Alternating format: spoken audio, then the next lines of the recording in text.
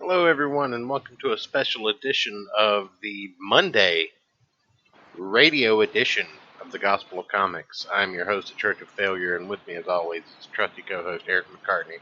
How you doing tonight, buddy? Good, and wondering how I get you to talk me into these things.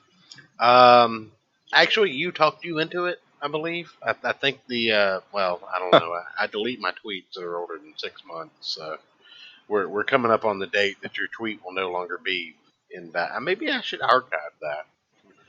It's a form of informal contract, right? I don't know. We'll have to ask Rackets about that. There you go. So some of you might be wondering what we're doing today. Um, some of you might already know because you read the tweet.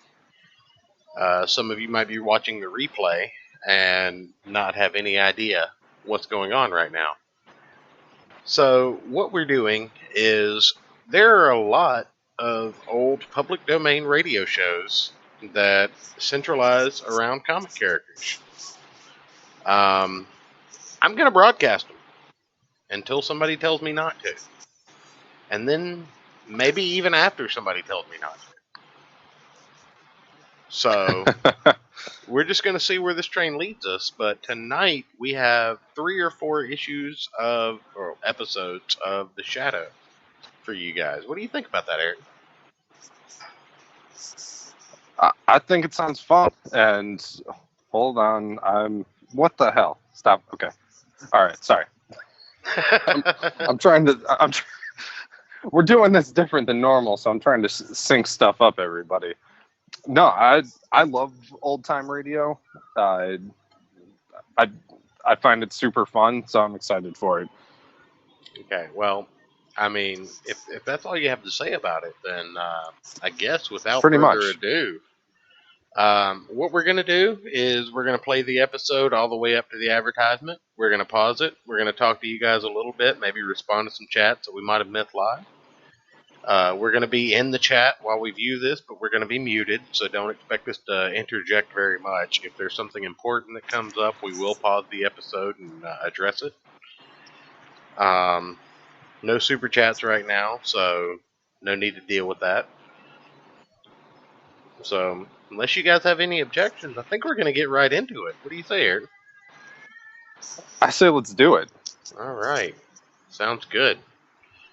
And without further ado, we're going to mute ourselves and go ahead and start The Shadow, The Death House Rescue, episode number 1. Why don't you give a brief introduction to the era of the Shadow radio show, Eric? All right. So, on September 26, 1937, Street and Smith gave The Shadow a central role and a longtime radio residence on the Mutual Broadcasting Systems network.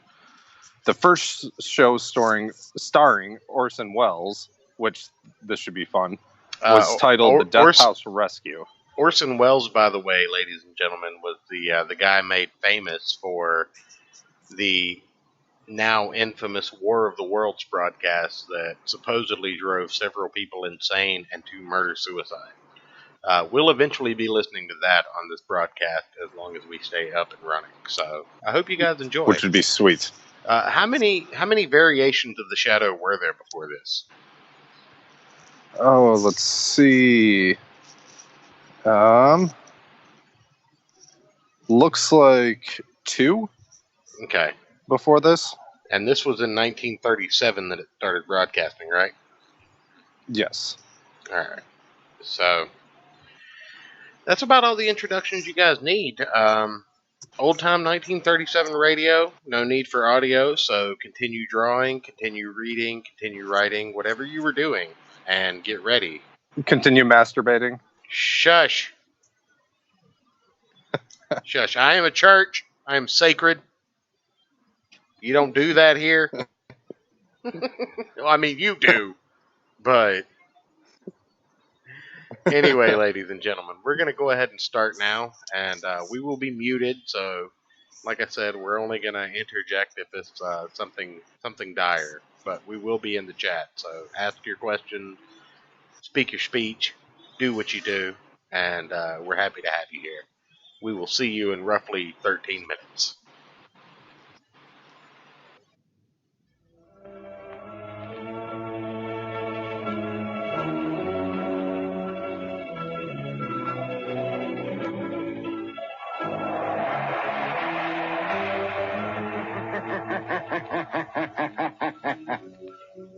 Who knows what evil lurks in the hearts of men? The Shadow knows. Blue Coal presents The Shadow, a man of mystery who strikes terror in the very souls of sharpsters, lawbreakers, and criminals.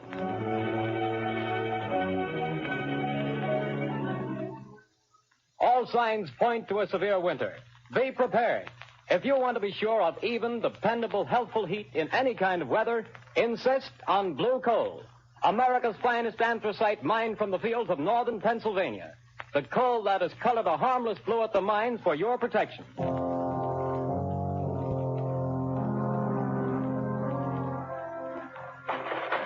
You can't have me to the jail. You can't do it. Let me out of here. Let me. Paul Gordon, listen. Huh?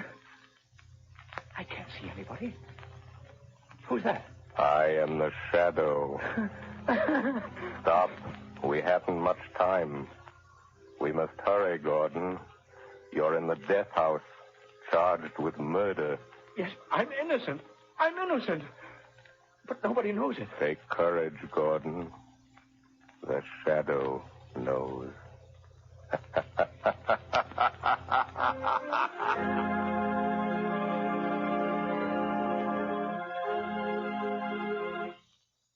All right, Margot, won't you sit down? I told Albert to serve our coffee here in the library, unless you'd rather go on the terrace. No, I prefer it here. Then let me see you smile. That frown is most unbecoming. Lamont, give it up. Give what up, my dear? Drinking coffee? I'm serious, Lamont Cranston. When I foolishly let you know that... Do you remember what you said?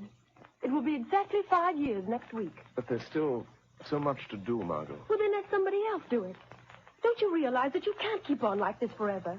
Someone's certain to identify you, and when that someone does, someone else is certain to kill you. Perhaps, but until they do... Oh, darling, stop frowning. I don't mean necessarily to give up your work, Lamont, but this other... Let the Shadow just disappear and come out openly. Join the organized forces of law and police. Won't you realize, Margot, that my entire usefulness to the organized forces of law and police lies in my remaining outside those forces, in remaining always the Shadow. Would they approve my methods? Would they believe in my science? You would make them believe. You could make them approve. And in doing so, reveal my secrets, my knowledge. Reveal them and eventually let them fall into the hands of organized crime. No, Margot. No one must ever know. No one but you. Why do you think I've devoted countless hours to investigating electrical and chemical phenomena? Why do you think I went to India, to Egypt, to China? What do you think I studied in London, Paris, and Vienna? Except to learn the old mysteries that modern science has not yet rediscovered. The natural magic modern psychology is beginning to understand, and, well, magic that wouldn't seem so natural. I studied and learned for a purpose, my dear. All right, Lamont, I realize all that. But now the entire underworld has but one objective, to erase the Shadow. And to me, that means... Until they know what the Shadow is and who he is, what can they do? Stop and think how many criminals are either dead or in prison because of our activities. Why, even now, tonight, as we sit quietly here, somewhere, an innocent human being may be in desperate trouble. Somewhere, perhaps, there is a problem that can never be solved, except by the Shadow.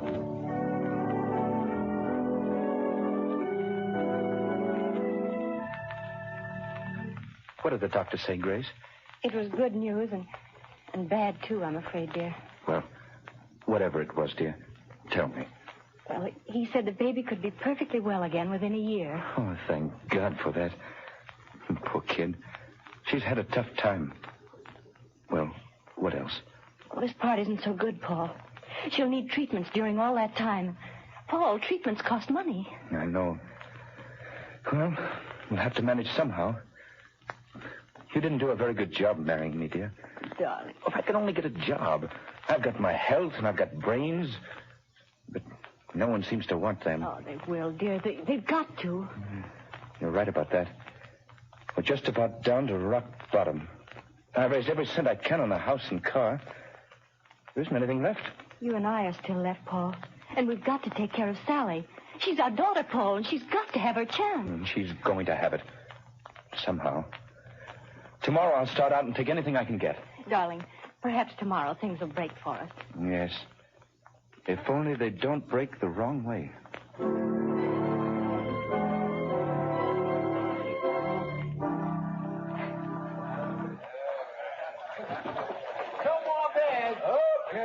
Over here. How about some favors? Excuse me, but are you the boss here? That's right. I'm looking for a job. Nothing doing, buddy. I'll do anything. Wait on table, wash dishes, anything at all. I don't need any more help. Well, how about delivering things? I've got a car. Nope, I don't deliver nothing. Sorry, don't need you. I see. All right. Thanks. Hey, you. What? You calling to me? Yeah, sit down.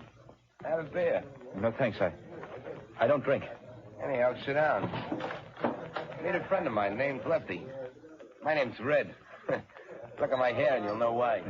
Well, I'm glad to meet you both. And Gordon's my name, Paul Gordon. Well, do you want to talk to me about something? We might. Might be able to help you out. Sounds like you're looking for a job. You bet I am. I need one.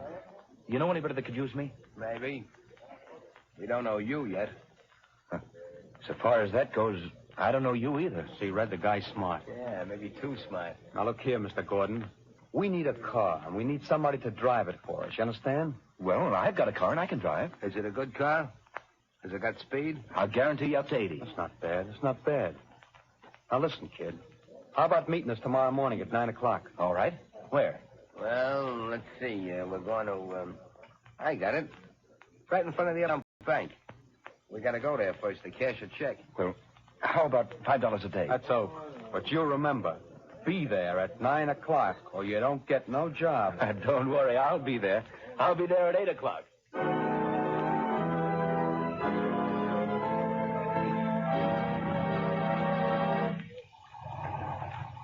Hey, buddy, you can't keep this car in front of the bank all day. Have you see that sign, no parking? I'm not parking, officer. I'm waiting for a couple of men. I'm working for them. Hey, what's that? Sounds like shots in the bank. Hey, stop there, you. You got him, Lefty. Here he is with the car. Come on, you start that bus for me. Step on it, fella. Hey, buddy, you can't do that. Go on, I will shoot. Let him have it, Red. Hold him off. I'll hold him. We should never have shot that cop. Can't you get no more speed out of this car, fella? She's doing all she can. Shoot at their tires, Red. Missed him. Try the windshield. Say, let me out of this. Take the car. They'll think I'm in with you. That's just what we're figuring on. Now, here comes a curve. After you make that stop, get ready, Red. I'm ready. I'm just leaving the evidence. Put it under the seat cushion. Right. Okay, goodbye, Gordon. Thanks for the... Hey, wait, you guys. Don't leave me like this. They'll think I did it. Hey, come on back, will you? Look out! Up with their hands. Come on, get them up. All right, officer. I haven't got a gun. I wasn't in this. They made me drive the car. Yeah, keep your hands up just the same. Go through the car, Charlie. Okay, Sarge. Now, fella, you might as well come clean on this. I haven't done anything. I tell you, I'm innocent. Hey, Sarge, I got it. Under the rear seat cushion. A bag full of bills and a gun. That's the gun that bumped off my buddy Louis. And you say you're innocent. Yes, I am. Well, it'll take more than saying so to keep you out of the electric chair.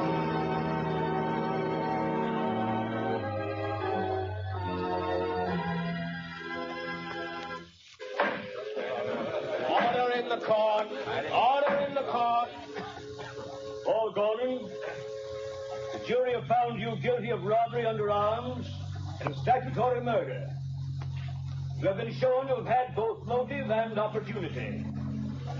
The prosecution has piled up a mass of incontrovertible evidence, and I myself have no doubt of your guilt.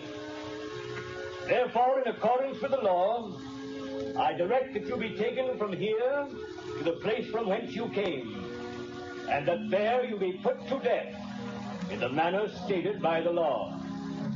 And may God have mercy on your soul. Hey, who's that? Where's that laugh? Who laughed? Bring that person before the court. Well, I don't know where he is, Your Honor. The laugh came from over there, in that corner. Yes. Yes, Your Honor, but there's no one in that corner. Only a shadow.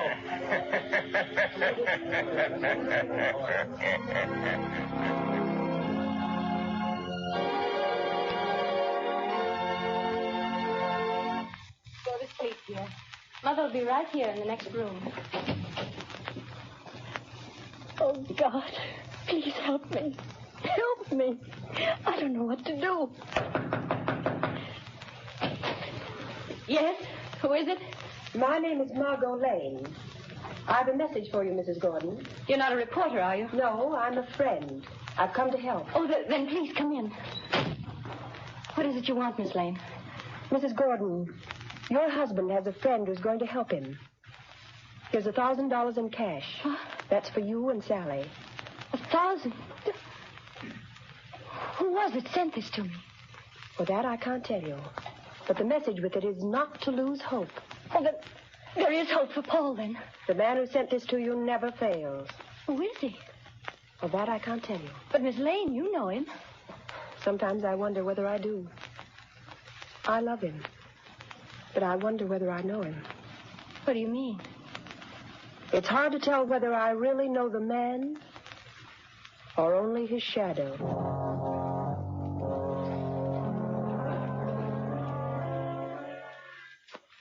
Well, Lefty, tonight the fall guy goes to the chair. That's what he gets for being a sucker. Yeah, there's not a clue that even points our way. Not even a print. We had gloves on all the time. You had yours off for a minute when you were sitting next to him. Yeah, but I didn't touch the wheel.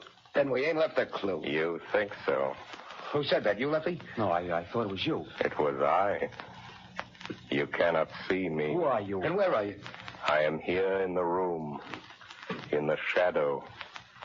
You have pinned your crime on an innocent man. He shall not suffer, but you will. I don't know who you are, where you are, but you're bluffing anyway. You got no evidence. We didn't leave a clue. You did leave a clue. A clue that will send you to the chair. Where was it? Where was it? You're lying. Wouldn't you like to believe that? Keep thinking about it. Keep thinking about the clue that you forgot.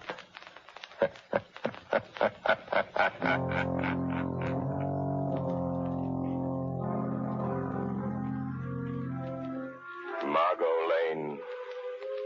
Paul Gordon is in the death house and is to die in the chair tonight. I am going to him now. We can still save him. Stand by for orders.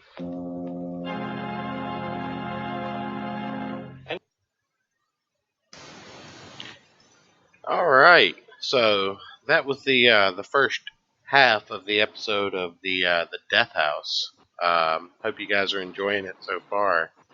Still another few minutes to go. We're at the commercial break, but I'm enjoying this. What about you, Eric? Oh yeah, I love it, and you have to love Orson Welles' voice. Oh yeah, I mean, if you don't, then aren't you just a communist? Yeah, basically. Which one day we'll have to during one of these pull up that video of him like drunk trying to do a commercial and like bitching at all the sound techs and directors and stuff. Absolutely. So what I'm going to do for the first couple of episodes, I don't know how long we'll keep this up, but I'm going to go ahead and skip through the advertisements that go through. Most of the Shadow episodes, like it said in the beginning, were brought to you by Blue Coal. Nothing keeps your house warmer than anthracite, and the best anthracite comes from Blue Coal. My favorite old commercials are the ones that are like, 9 out of 10 doctors prefer Camel as their cigarettes. Pick up your Camels today. Right, no shit. So, let's see here. 1440. There we go. 1414.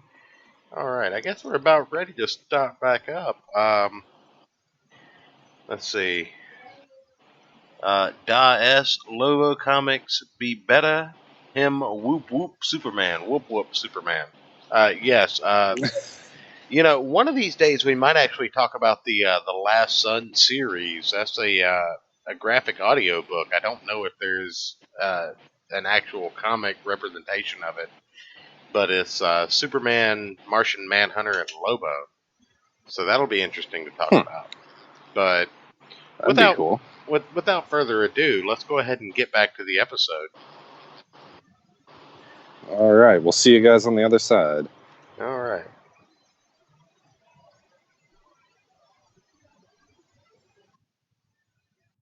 Section of your classified directory under the words Blue Coal. Call him tomorrow and order a supply of America's finest anthracite.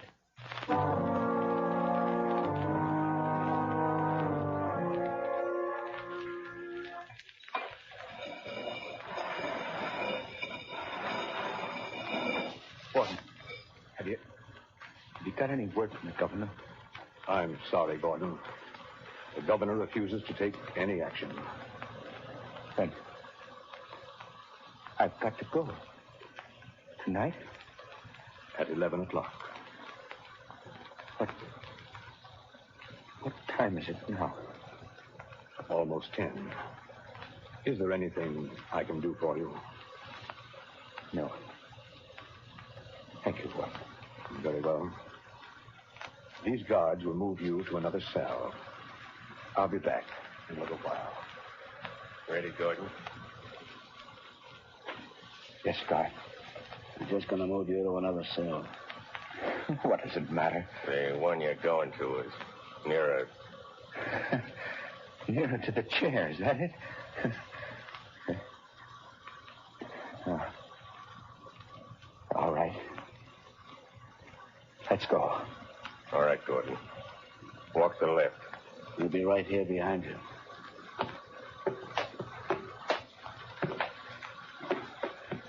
Now knock the door into this preparation chamber, Pete. Okay, just a second. All right. Go on through, Gordon. Watch him, Pete. I'll shut the door. What's the use of all this trouble? What chance have I got now? I'm afraid you haven't got much, fella. I wouldn't say that. What do you mean? Holy smokes. Look behind you. Where? There. Oh, too bad. I hated to do that, but there wasn't any other way, and he'll only be out for a while. Now, Gordon, listen to me. Hey, where are you? I can't see you anymore. Where have you gone? Back into the shadow. Now, Gordon, we haven't much time. Listen to me. No crime is perfect. There's always somewhere a loose end. The only reason that all crimes aren't solved is because there's some one fact that someone knows and doesn't tell. And sometimes they don't tell because they don't know that they know. I told everything I know in court. They wouldn't believe me then. Because you couldn't prove what you said. We are going after the proof now. You and I. How? I'm going to think with your mind. I don't know what you mean. Don't try to understand. Just do as I tell you. I want you to concentrate, Gordon. Fix your mind on everything that happened that day. Make mental pictures. I'll see what you see. I'll try. No, Gordon. Stop thinking about your wife and baby. How did you know I was thinking about that? I saw it in your mind. I see in my mind the pictures you create in yours. Oh, like television? Yes, or like mental telepathy or mind reading, hypnotism, whatever you choose. There's no time to talk. Stop Stop talking. Think. I will. I'm thinking now. The picture is getting clearer. That's better. Go on. The restaurant? The bar? Gordon, stop thinking about the electric chair. It blurs the picture. I'll try.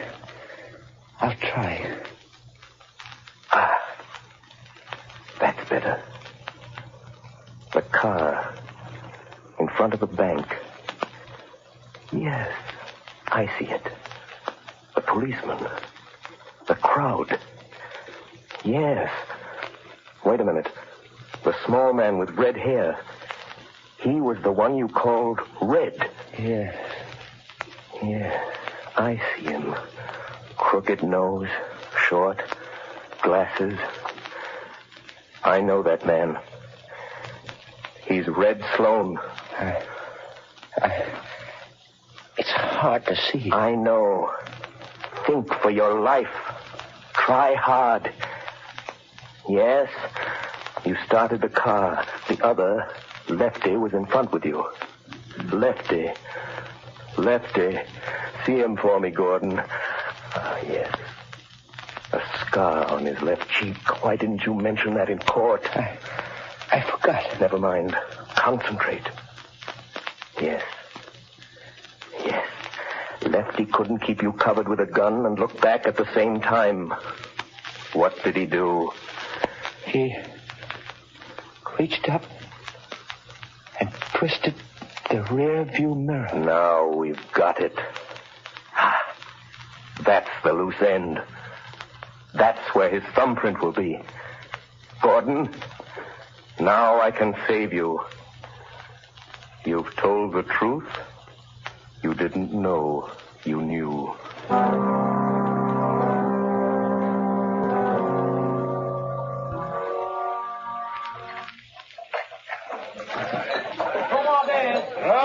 Another one over here. Red, you're a fool for coming in here again. This is the place we picked up that kid that's burning tonight. What do you want to come in here for? This is as good a place as any, ain't it? Hey, telephone for you, Lefty. Telephone? Yeah, maybe you never heard of it, but it's a great invention. But nobody knows I'm here. Well, somebody knows because they're waiting on the phone for you. It's over there on the wall. Okay. Don't be too long, Lefty. Hello? Say, what are you laughing at? Who is this? Lefty, did you ever hear of the Shadow? Yeah. Say, what is this? Too bad about young Gordon, isn't it, Lefty? What do you know about that? The Shadow knows. Who are you? What do you want? I want justice. Justice for Paul Gordon, Lefty. And I'm going to get it. But you ain't got no evidence. No. Perhaps there are some fingerprints, Lefty. I know. We had gloves on. There couldn't be no fingerprints. Did you have gloves on all the time? Yeah, sure. I did. You're left-handed. Now listen carefully, Lefty. When you were sitting in the front seat of Gordon's car, your gun was in your left hand. Remember? Say, you ain't nobody, It's just... Say... How do you know? What did you do with your right hand? My right hand? You took off your right glove, didn't you? No, I didn't. No, gosh, I'm going nuts. And you couldn't see the car that was chasing you because the angle of the rear view mirror was adjusted for the driver and you weren't driving, so... Do you remember what you did? No, I didn't take it off. Are you sure you didn't reach up with your bare right hand and turn that rear view mirror? Are you sure, Lefty? No, I didn't. Maybe I did that. If the police find that fingerprint, you'll burn, Lefty. Just the way young Gordon's going to burn tonight. Goodbye, Lefty. Hey, wait a minute. He hung up. No, I won't burn. Hey, Red! You sat in a cab long enough. Say, who was the guy Never mind that. Where's that car of Gordon's now? In his garage. I guess I heard his wife. Listen. What? I got a hunch. There's some fingerprints of mine in that car. Red, we gotta wipe them off of there, or maybe we'll burn in that chair, too. Come on, let's go. But, Commissioner... I'm sorry, Miss Lane, but I don't see what we can do. But I tell you, Paul Gordon is innocent. The men who committed the crime are free. Where did you get this information? Oh, that I can't tell you. Miss Lane, Paul Gordon was convicted of murder by due processes of law. Tonight he pays for his crime in the electric chair. If the police listened to every crank who came in here claiming new But evidence... they can't send an innocent man to the chair. They can't do it. No, but they can send a guilty man. And according to the evidence, Paul Gordon is guilty. Commissioner, suppose that afterwards, when it's too late, they discover that Paul Gordon wasn't guilty after all. And suppose I testify that the police refused to listen. Well, what do you want me to do? If it's within reason, I'll do that. I want you to send some men to that garage. I want you to catch the guilty men and see that justice is done.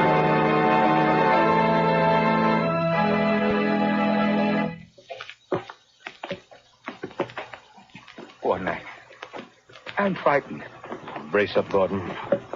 It won't be long. Get your chin up, buddy. It's my turn next. So long, fella.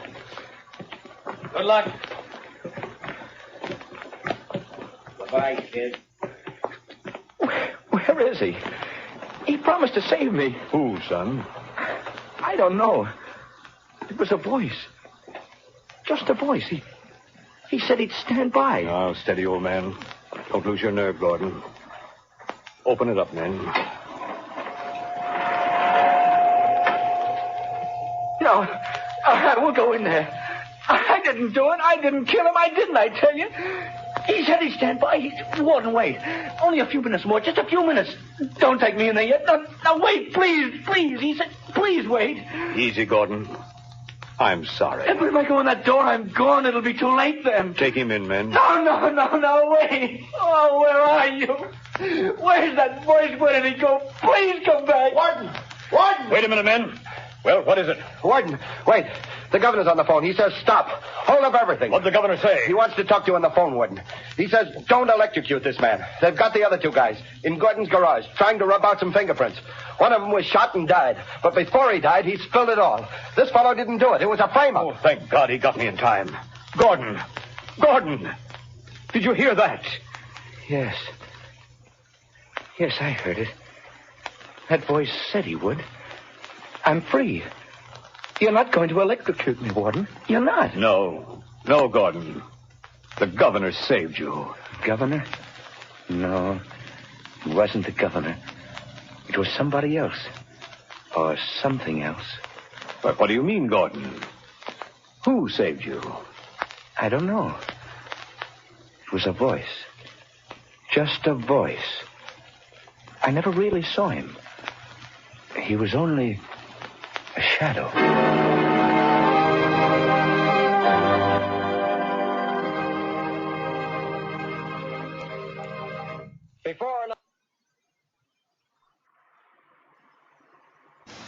All right, ladies and gentlemen, that was the first episode of the Death House. Everybody enjoying themselves so far? I hope so. I know I am. Absolutely. I mean, let me just be completely honest, folks. We read a lot of comic books for you guys for the weekend shows, but this is the most relaxed experience I've ever had hosting a stream in the last 3 months. So I hope everybody's enjoying themselves. We're going to go ahead and get the second episode queued up for you guys. So the second episode looks like it's going to be The Shadow, the Temple Bells of Niban. So I hope everybody is ready for this, and hope everybody's having a good time. Danielle in the chat saying she's loving this so far. We're grateful for everybody tuning in, and yeah, thank you so much, everybody. By the way, jump in the chat. We'll be here all night. We're not just letting it run. Dan S says 7 watch and 9 seems like good so far. I have no idea what that means, but we appreciate it, buddy. Let's see here. Got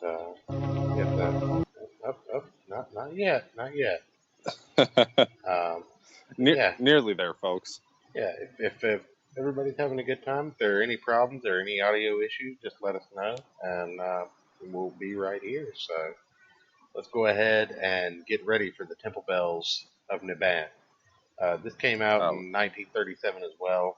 Looks like October 24th, 1937. So it looks like these were weekly.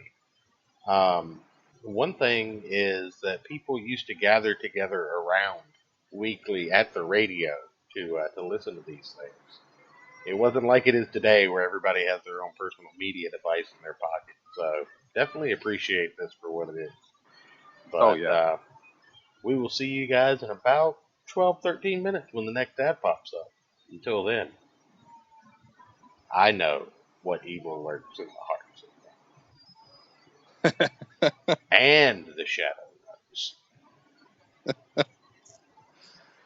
Like Church is getting all dramatic now with this. That's correct.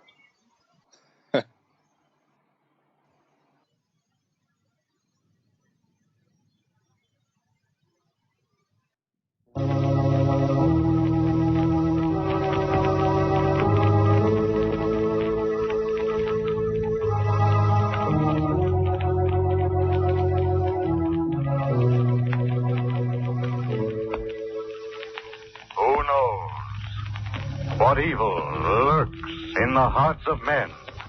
The shadow knows.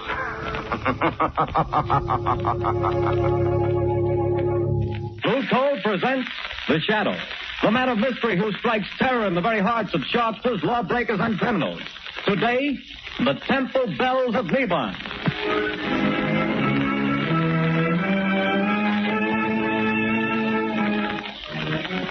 Friends, if you want to be sure that the fuel you get to heat your home this winter is safe, healthy, and economical fuel, then by all means buy Blue Coal, the finest of Pennsylvania hard coal. Remember, this superior quality anthracite has been colored a harmless blue at the mines so that you can recognize it at a glance. So take the guesswork out of your fuel buying. Get America's finest anthracite. Ask for Blue Coal by name. Order a supply tomorrow.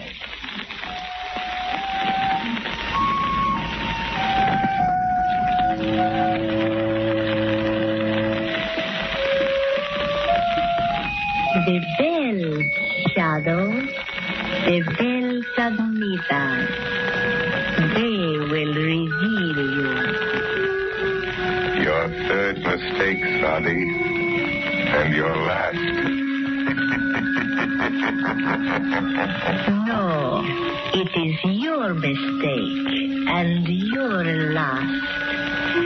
This is the end of your career as the Shadow.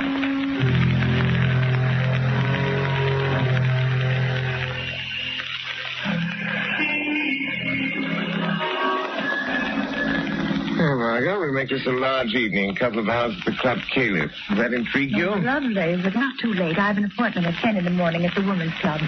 They're trying to get some action on this terrible narcotic situation. Yes, I read about that. The stuff's being peddled all over town. They found school children using it, society women. Why, it's already caused a half dozen suicides. Yes, I know. It's terrible stuff. Oh, it needs the Shadow to get at the bottom of it. Yes, I know, dear, but for tonight I do enjoy just being myself. Lamont Cranston, dilettante. Let's be the Shadow, only in real emergency. You know, they tell me there's a lovely Indian dancer at this new club, Caliph. Indian dancer? Mm-hmm. You know, there's the place just there. Club Caliph, driver. Yes, sir. Lamont, you are going to do something about it. You've started already. Perhaps. Well, here we are. All right, driver. There you are. Thank you, sir. Oh, that looked like young Jerry Gleason just going in. Yes? I was that young man's father. I'd spank him and keep him home occasionally. Spoiled son of a wealthy friar. Here, let me have your coat. I'll check it with mine. Good evening, Jerry. Oh, hello, Miss Lane. Your father and sister well? I haven't seen them lately. Yes.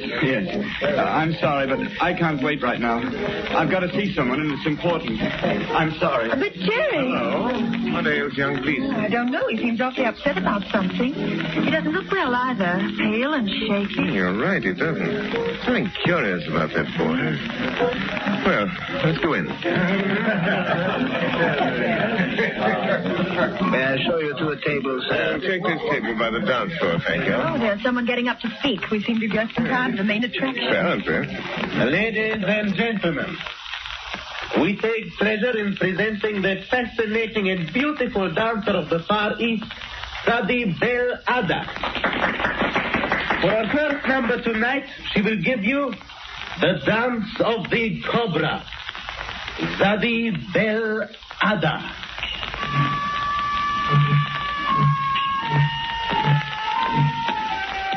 Look, isn't she lovely? Yes. Real thing, too. No Hindu.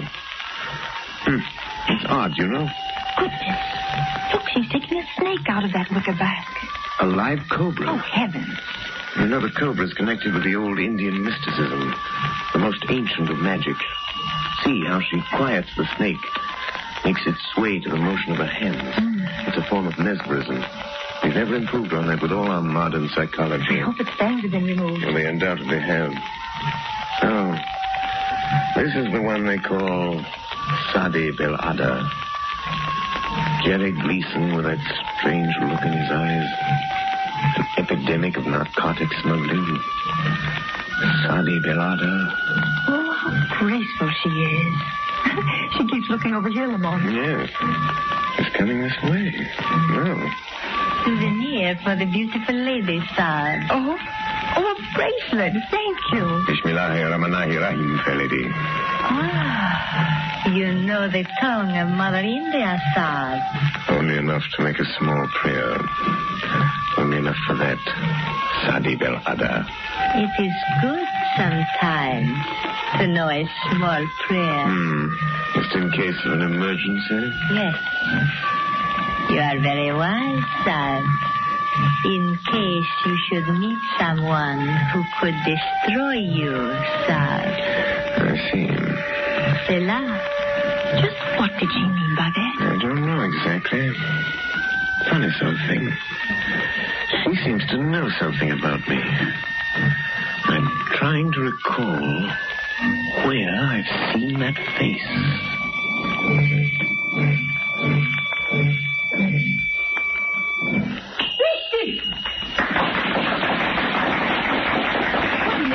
Look, she's stopping at the table by the door. Why, it's young Jerry Gleason. She handed him something. Good Lord. He's going up with her. What's the matter, It look? just struck me, Margot. That boy's face. The color, the skin. You mean drunk? Yes. The poppy of India. Oh, but not Jerry Gleason. Oh, that'd be too awful. And our old friend Claire Gleason, his aunt, who's tried so hard to steer him straight since his mother died, it would just about kill her. Come, Margot. We must do something. We're Lamont. going to. I did come here tonight with a vague idea that this Indian dancer might have some connection with the thing. With her veiled threats and Jerry's interest in her, I'm pretty sure now. What are you going to do? I think the Shadow will pay a call on Sadi Bel Ada in her dressing room. I think the Shadow can strike back.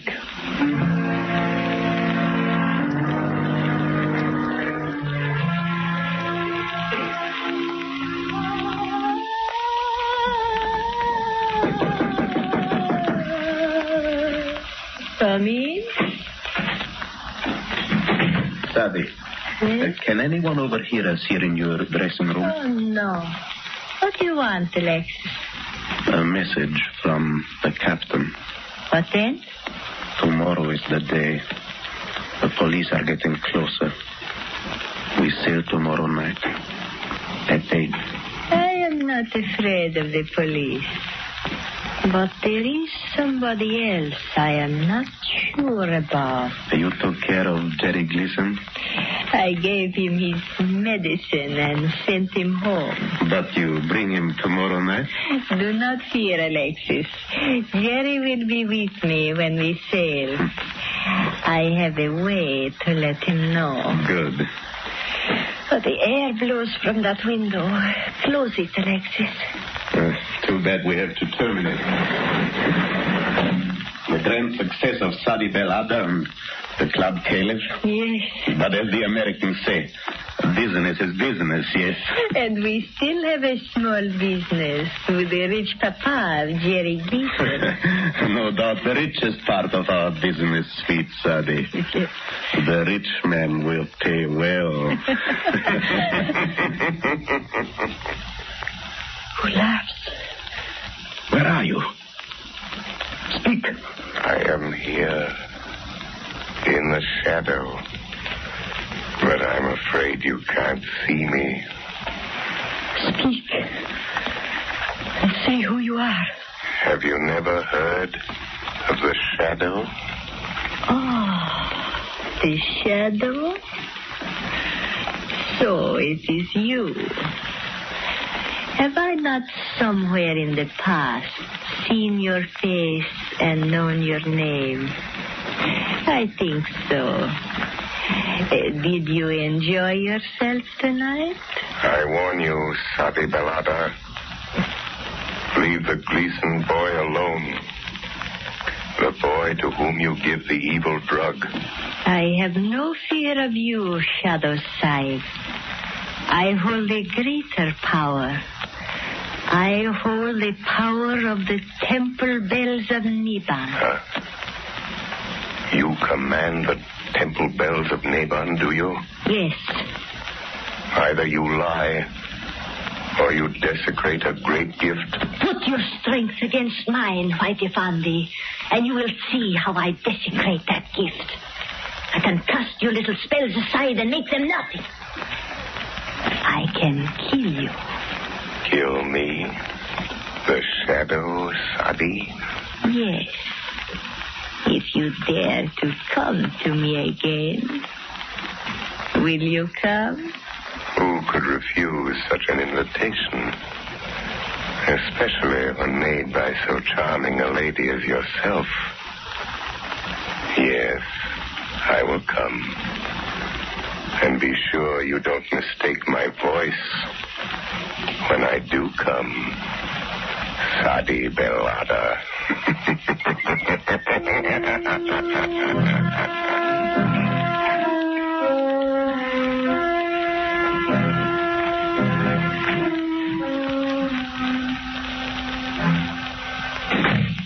Well, what is it, Sergeant?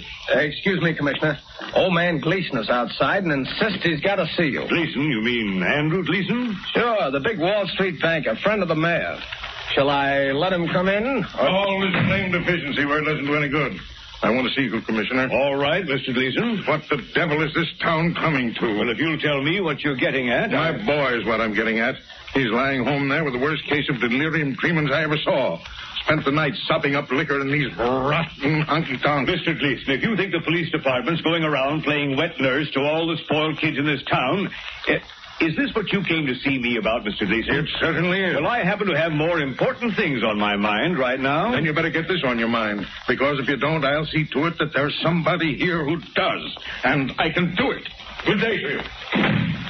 Well, seems like this was a busy day, sir. What with drunken college boys and millionaires. This is another of those... Commissioner Weston speaking. Why, you...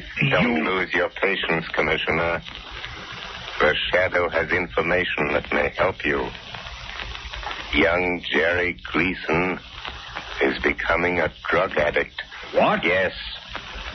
A victim of this flood of drugs being peddled on our streets. It might cost you your job. Are you interested, Commissioner?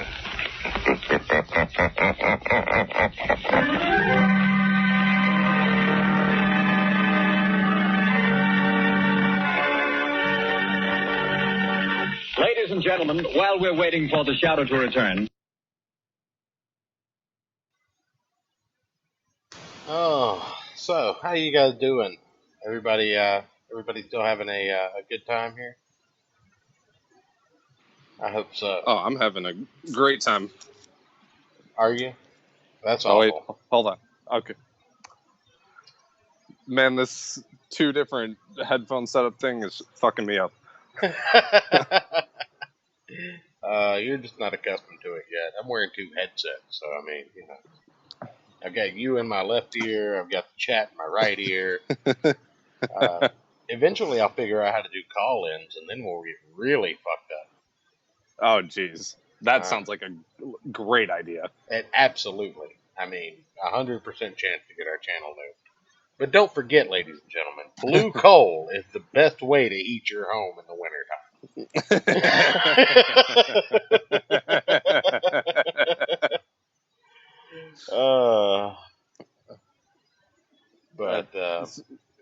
It's wonderful. I just want to say I love the accents that the voice actors would put on. Like, you can tell they're supposed to be vaguely Eastern European, if not Russian, but they're not great. Right. No. And the inflection they use when they talk, like that over dramatic, like end of the sentences and stuff. It's so much fun. You know, it's like Rekieta says when he's describing like Vic Mignogna during his deposition. Voice actors are the most emotional actors you'll ever find because they have to transmit themselves through sound only. You don't get to see the look on their face. You don't get to see their body language. You only get to hear what they're saying. So they're the most expressive actors you will ever find on the planet. Oh yeah, voice acting. I've always found that interesting. Like the documentary, I Know That Voice was so cool to watch. Well, I do hope that everyone's enjoying themselves. We definitely appreciate everybody in the chat and everybody hanging around listening to the stream. I hate to ask, but if you would be kind enough to throw a like up on the stream.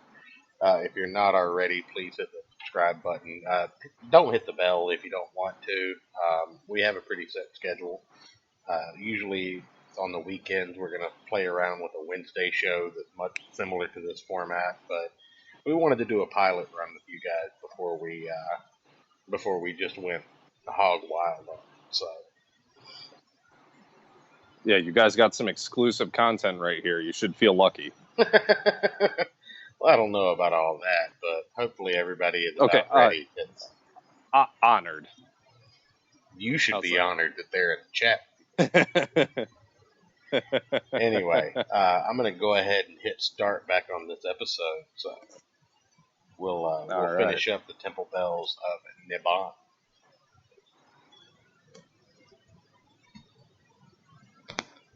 Of Pennsylvania anthracite. To guarantee you the greatest heating satisfaction at the lowest cost, Blue Coal is laboratory tested for purity and uniformity of size. So you see, friends, there's no need to take chances on unknown fuels. Order Blue Coal today. You will find the name of your nearest Blue Coal dealer listed in the Where to Buy It section of your classified telephone directory under the name Blue Coal.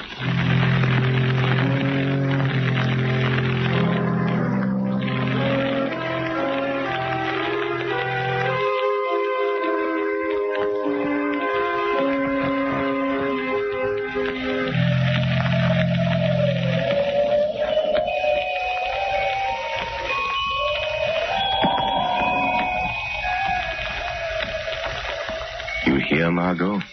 Yes. As though they came out of nowhere. The Temple Bells of Niban. Listen. 3 soft notes will strike, and then the spell will be broken.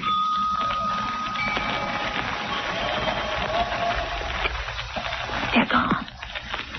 But how, Lamont? Here we sit in your apartment listening to weird temple bells. Where did they come from? How did you do it? Not too difficult, Margot, dear. Those who've learned its secret based on the phenomenon of telepathy combined with the old science of the yoga, the same magic which gives voice to a shadow. It's a very awe-inspiring demonstration. If there should be someone who could command the Temple Bells of Niban, the shadow would cease to be a shadow.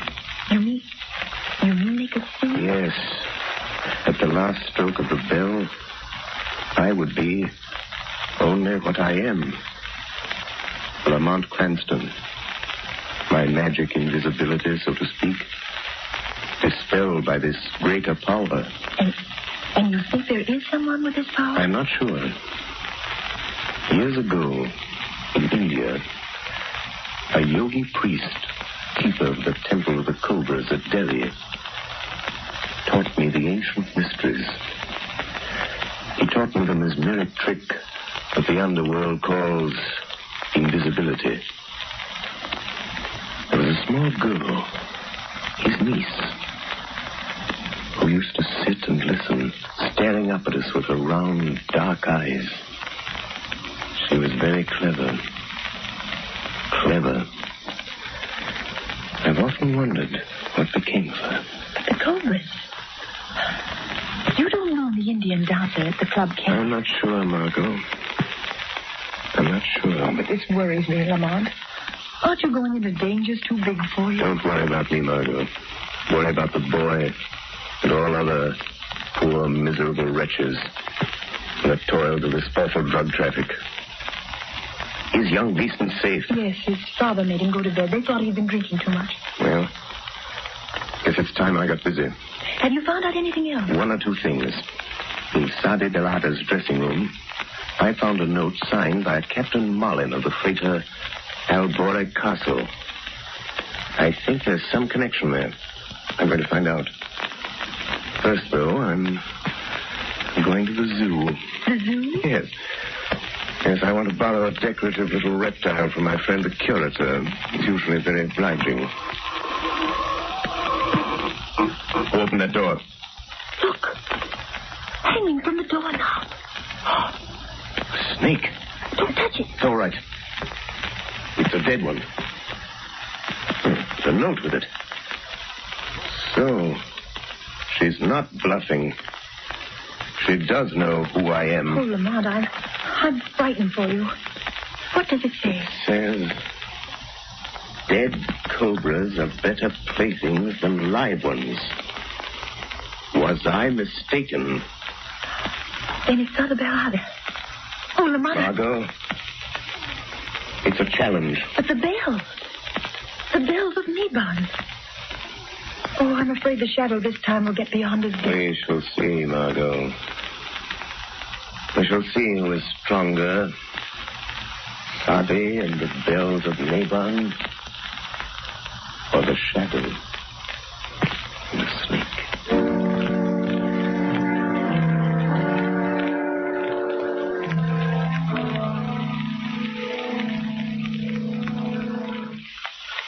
I'll show them. They think they can keep me a prisoner in my own house, putting me to bed as if I was some half-grown kid. What's that? Jerry, you hear me? Is it you, Sadi? Yes, my voice in your thoughts. Listen, Jerry. Come to me at the dock where we met before. Your medicine is waiting. Yes. Go aboard the ship I told you about, the Albora Castle. You and I, Jerry. Yes. I am waiting, Jerry. But they've locked me in. Go through the window, Jerry. Come now. Yes, Sadi. The window.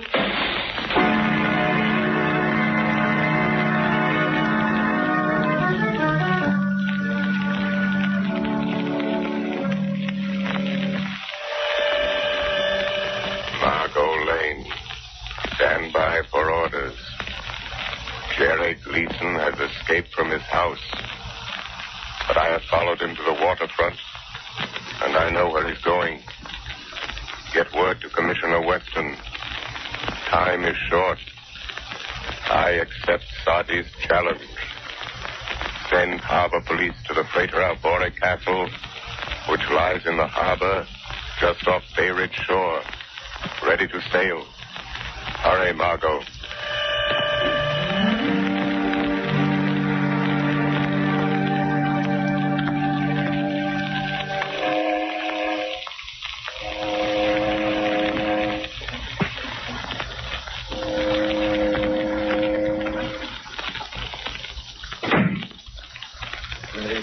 depressing here in this cabin, Sadie Bell. A little. Why do you tremble so, Alex? I wish we were far at sea on our way to Rio. Oh, be patient. The ransom note was delivered to Papa Geese? Yes. What was that?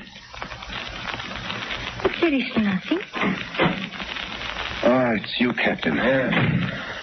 We are leaving, Captain? Yes, we're getting on the way now. We've got the boys stowed safely below decks. And the rest of the medicine? We got rid of that. What was left of it. A nice clean-up for all hands, not counting this Gleason job.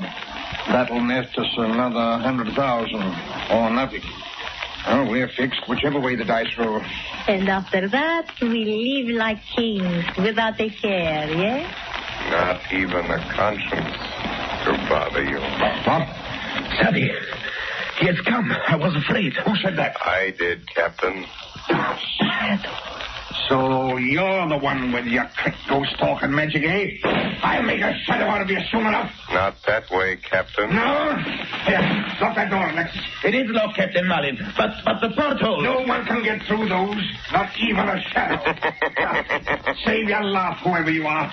We got you. You're in this cabin somewhere, and this ship is outward bound. Laugh that off. I think you may have made 3 mistakes, Captain. One too many. Yes? Yes, Captain. But I do not make mistakes, Dad. That remains to be seen, Sadie Bellada. Then you will see. Hand me the wicker basket, Alex. Hey, what are you going to do?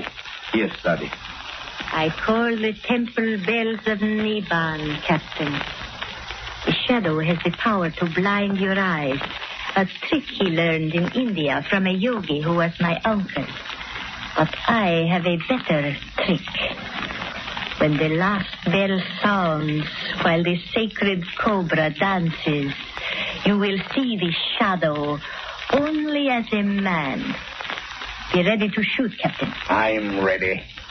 And now, my cobra, to dance with the bells of Niban. I wouldn't open that basket if I were you, Sadie Bellada.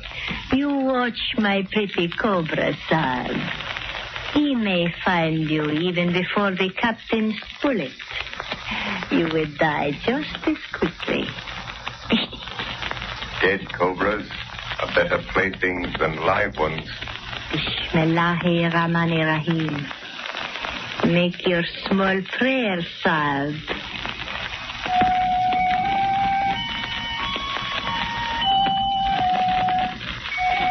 And now, my pretty one, begin to dance. Be careful, Sadie Bell. The cobra moves towards you. My own pretty cobra. He knows me. You hear the bells, Shadow? The temple bells of Niban? I hear them. When the last bell strikes, we shall see our prisoner. And I am waiting for that minute. But, Sadie, the cobra. Look out! He's going to strike. Alexis, something! Go. Quick! Drop the basket over Alexis. Kill him!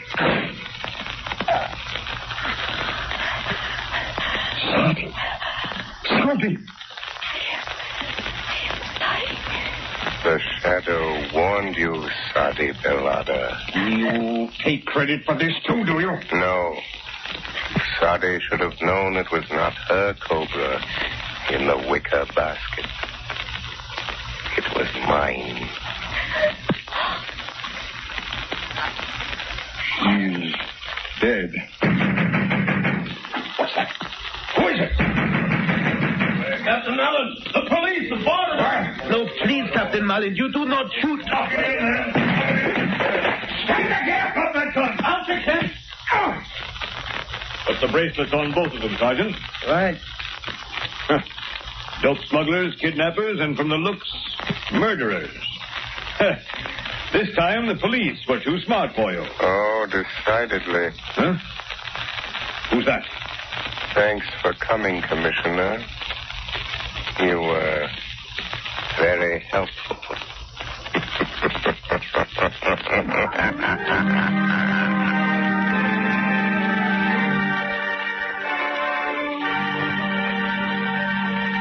story you have just heard is copyright.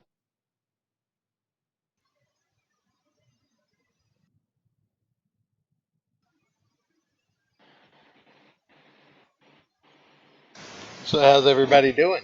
Everybody having a good time? What about you, Aaron? You enjoying this? It's fantastic. It's been a while since I sat down and listened to any of these old radio shows, and just the production values, and just how many people went into doing this like live every week. Well, this show particularly every week. You're It's roboting really just insane. a little bit, but I think we get the. I mean, you're coming through fine. It's just you're roboting a little bit.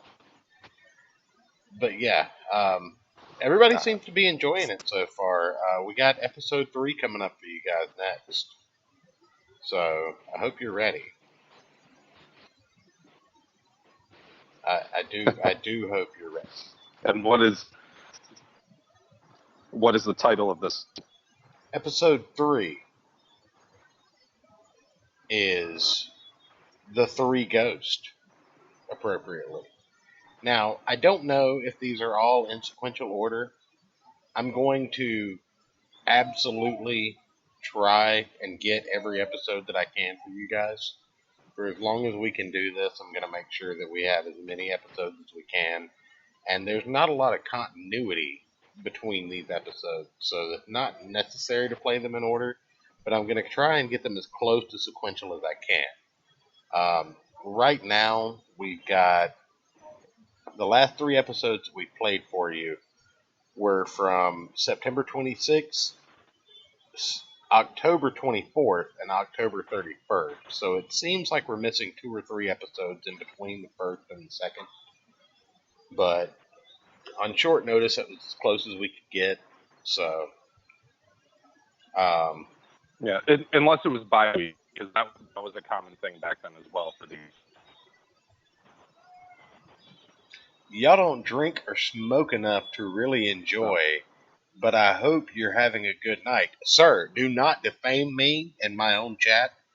I drink like a fish and smoke like a chimney, and you don't know my life.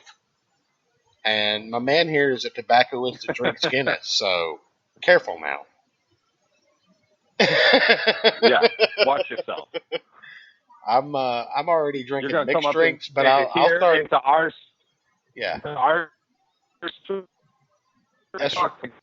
That's right. You're gonna come into our sphere and challenge us, sir. Sir, you don't understand. But everybody strap in. We're gonna go ahead and start episode number 3 right now.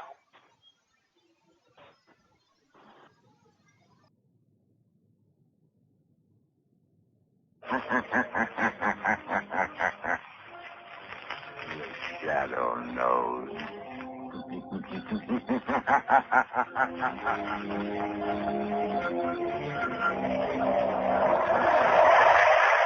Blue Coal presents The Shadow, the man of mystery who strikes terror in the very souls of shopsters, lawbreakers, and criminals.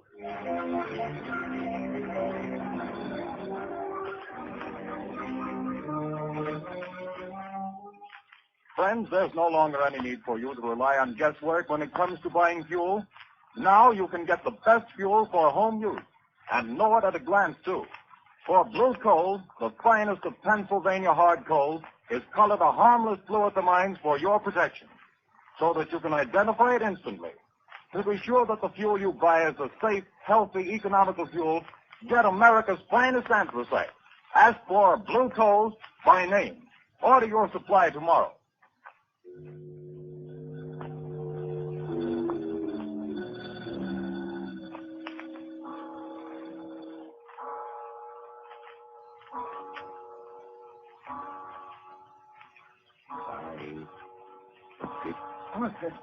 Seven, 8, 9.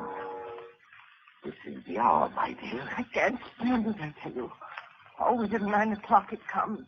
But if I hear that horrible thing again, I'll go crazy. Oh, this awful house. But it's quiet, my dear. Way out in the country like this, I can install my laboratory here as soon as I get around to it. As for these strange sounds, well, haunted houses have always fascinated me. I've always wanted to meet a ghost, shake hands with him, invite him to tea. Stop talking like that. It's serious. Oh, I've tried to stand it for your sake, Arthur, but I don't know how much longer. My heart isn't strong, and I... Hear it? But that's only the wind, isn't it? No. It always starts like that. You know it does. Don't move. Listen. Arthur, it's coming. It's coming. It's coming. A ghost, eh? Well, we'll see. I'll meet him this time. I'll meet him halfway, too. Stop! Stop! Come, we'll both meet him. Give me your hand. No.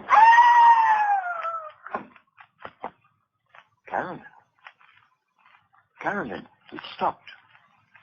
Can't you hear me? Goodness me. Has the shock killed her? No, her heart still beats. She's only fainted again. Just passed out again.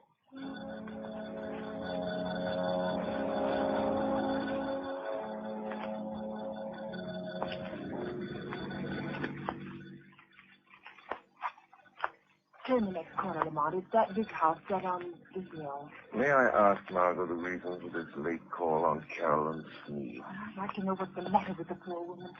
I got an awful shock when I saw her in town last week. She looks positively haggard. I never saw such a change come over a person. Married life may not agree with her. She was a spinster for close to 40 years, let me think. I know, but I think she was foolish. Carolyn has nearly $1 million in her own name. She didn't have to marry. Yes, but right now I'm not the shadow. Remember, I'm just your patient chauffeur, darling. Lamont Cranston, in need of a rest from my famous mystery man role. That last adventure took a lot out of me, you know.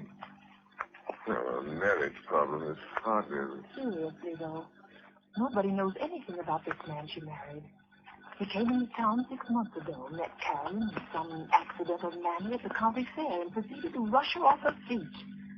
I've met him only once, but I don't like his look. Something sinister, I gather. Hence the shadow idea. Well, who is he anyway? Professor Arthur Sneed, I believe he calls himself. He has a small office in town where he's supposed to be working on inventions or something. Well, here we are. Usually pretty level-headed, Margot, but don't let your aversion for this man we're seeing be too apparent.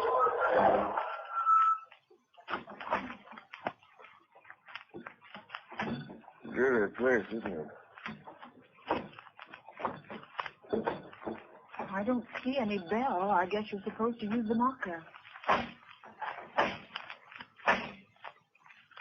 Here he comes.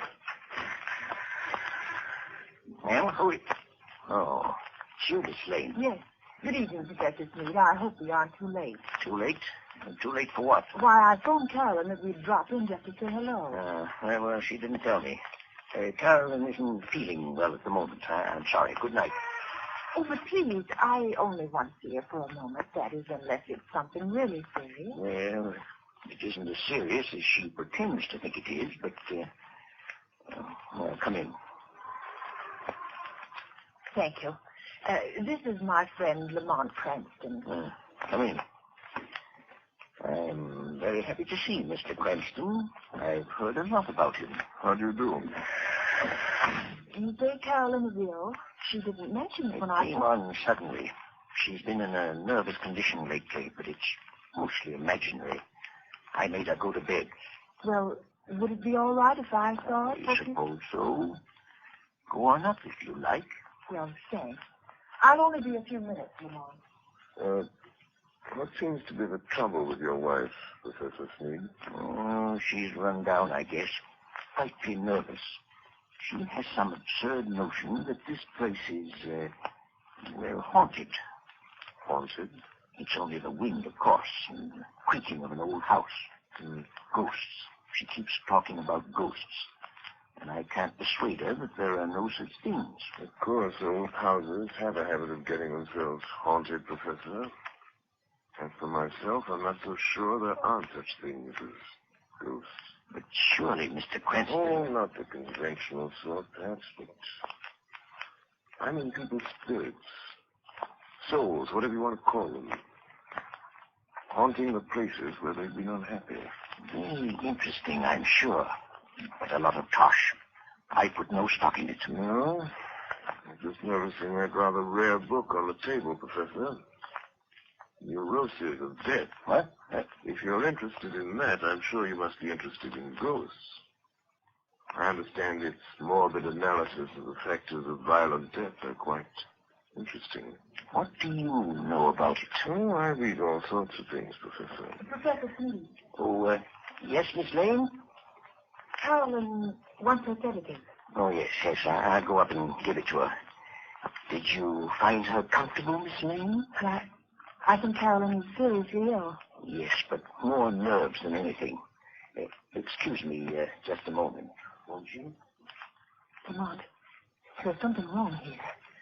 I was afraid there was. I don't know what it is, but it's something terrible. What's the matter with Carolyn? Well, she hardly recognized me, and she talks like one in a trance, as though she were in the grip of some deadly fear. When I suggested sending the doctor over, she shook her head, but I'm going to just the same. I can't help feeling it's that man, her husband. Yes, he isn't very pleasant, is he? His skin has an odd pallor. You see it on men who've spent some time in prison. And many little traits of his behavior that interest me as a psychologist. A remarkable man. You don't know? I don't know. But I think we'll investigate this more or less formally, Margot. I'll visit the professor tomorrow at his office in town. If there are ghosts involved here, perhaps the shadow can bring them to light.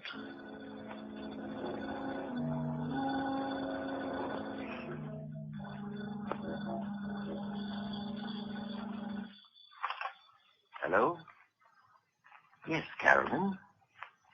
Well, don't worry, my dear. I'll leave the office here at 5, and I'll be home before 6. Yes, I understand. Goodbye, dear.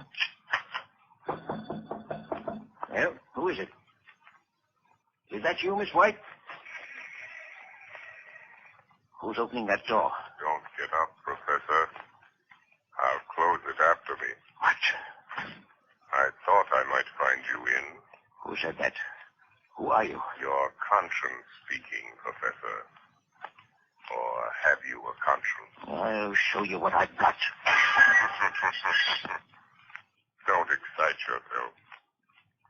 I'm only a voice. A voice they call... Professor, have you ever heard of the shadow? The shadow? Yes. You seem to have heard of me.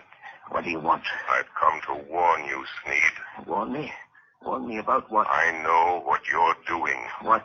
And I know how it's going to end. The end is death. Death? I have something here I'll toss in your lap. There. Do you hear it? Why, you... Get out of here, I tell you. See it? Look. It's half of a playing card.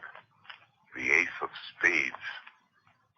When you find the other half, that will be the end. Get out, then. Leave me alone. All right, Sneed, I'll go, but don't forget. The shadow knows.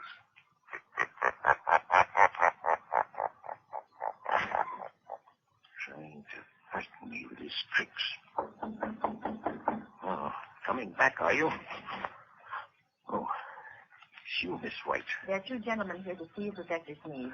2 gentlemen? I'm not expecting... I guess you may remember us, Professor Sneed. Spike. Your old friend Spike Collins and Mr. Wilson here.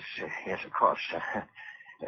Please take those circulars on your desk, Miss White, and mail them at the post office right away. Yes, sir. Lock that door, right? Okay. And what are you staring at, Sneed? We ain't ghosts. I thought you two were doing a stretch at Leavenworth. Yeah, we were. We framed a getaway. And now we come to see an old pal. Oh, now listen, Spike. I'd help you if I could. Nuts. We've been watching you, and we know your game. We ain't got no time to stall. This old dame you're married has got plenty of... I don't know what you're driving at. You'll know if we squawk about that dame you married out in Idaho that croaked without anybody knowing what was the matter with her. Cards on the table, Steve. Is this one signed on money over to you? Yes. She fixed her will in my favor. Well, what are you doing to get it? Well, she has a weak heart. And... I know. Playing in ghost and scaring her to death, eh? That's too slow, Sneed. I got a better scheme. We break into the house, stage a burglary, see? In a scuffle, the old dame gets shot, dead. It's quick. No, you can't do that. No, you'll see.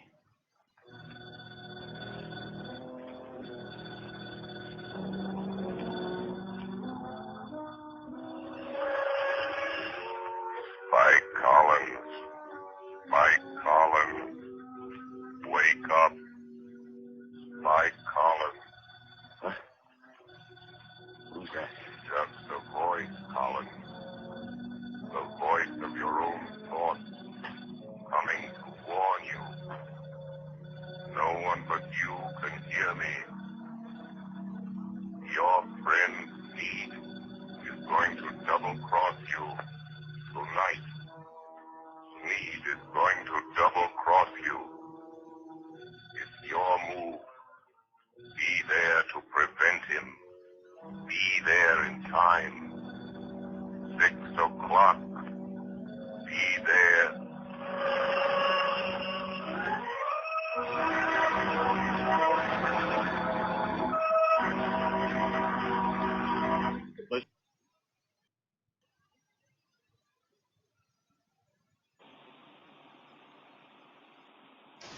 Failure terminated in the motherfucking chat. Thank you for stopping by, big guy. Dude, thank you so much. Other than that, I hope everybody's enjoying. Hope everybody can hear okay. Hope there aren't any major problems. I see the buffer occasionally jumping in and out. Who the fuck knows? But yeah, failure. Awesome, man. Hit me up on DMs if you want to jump on for a minute. I'll send you an invite. I'd love to have you on. But until then. And oh, go ahead. Behave in that instance. Oh yeah, no. I said I'll behave in that instance. Absolutely, yeah. Ayrton will, but your church will not. Got a bone to pick. Appreciate the update, Matt Christie. Thank you so much, sir. You're the real MVP. I don't give a shit what Ayrton says about you, and he does say some shit. Don't believe the hype. Thanks, Danielle. No, not about Matt. It's usually about Jesse or Becky or me or SK. Yeah.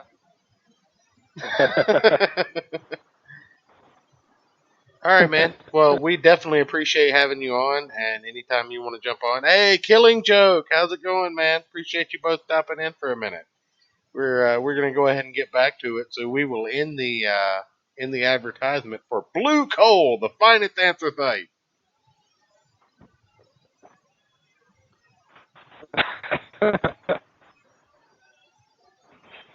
And make sure you get the real deal. That is correct. Nearest Blue Coal dealer, listed in the Where to Buy It section of your classified telephone directory under the name Blue Coal.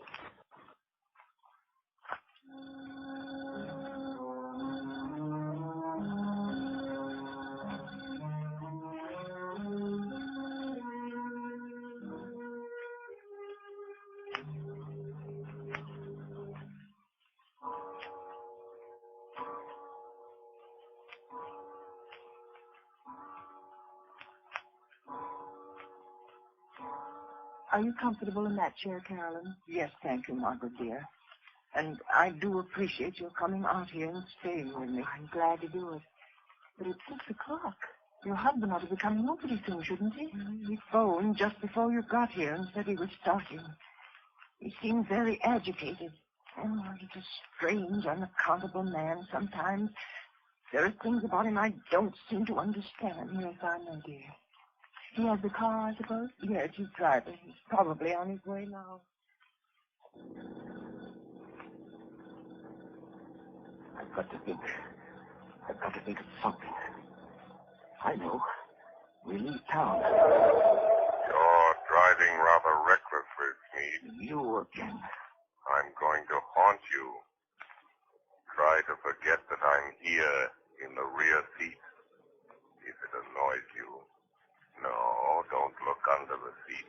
If I could only see you, get my hands on you, I'd show you how much it annoys me.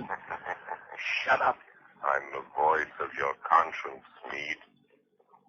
Perhaps you have a conscience. After all, I could choke that voice down your throat without any trouble to my conscience. if you only had the power of second sight, you could see me. That's an invaluable gift, Smead. Being able to see things that other men can't. Some people call it mental telepathy. Some by other names. Remember, I can see the pictures you make in your mind. I told you about that. You can warn all you like. That's not evidence. Not in court. A lot of wild guesses that don't mean anything. Well, doesn't it frighten you a little, Smead? I simply will you not to see me, and you don't.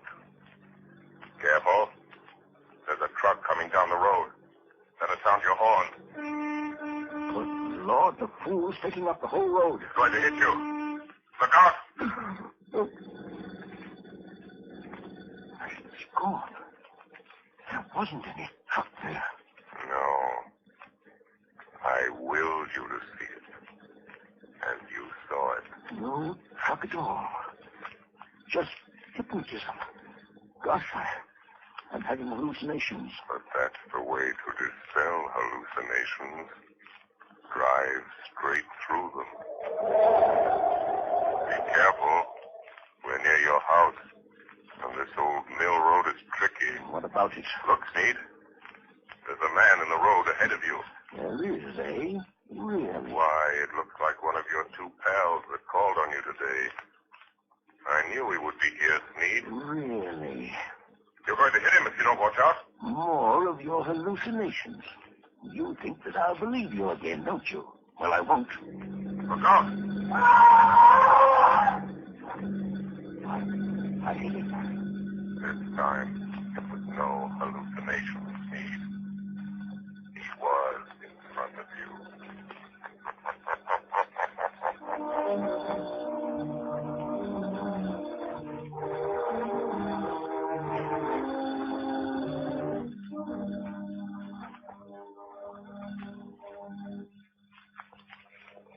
Morning, papers!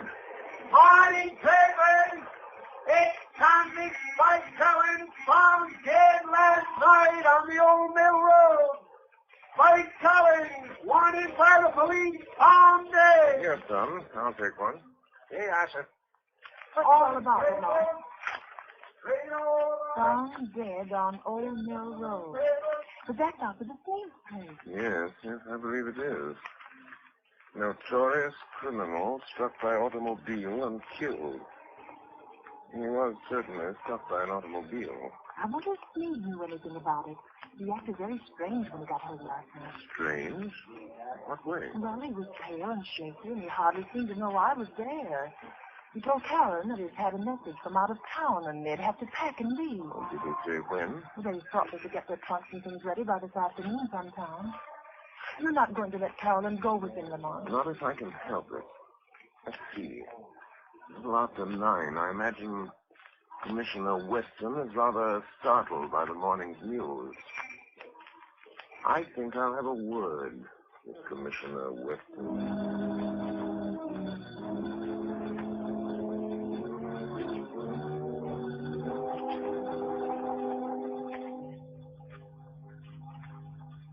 Commissioner sending Collins' body into the morgue.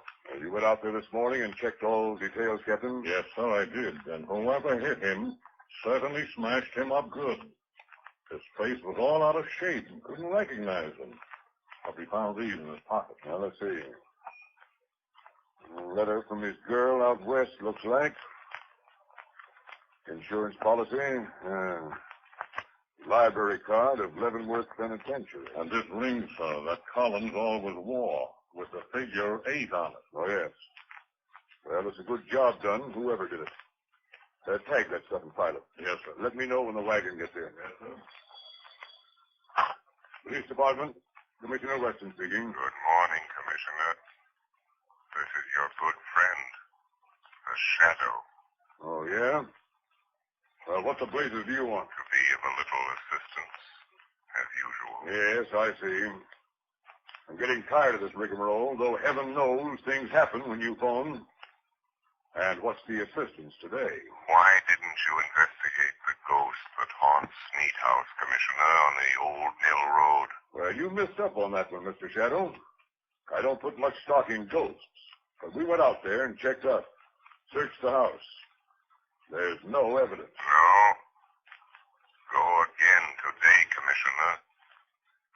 And this time, I think you'll get your evidence.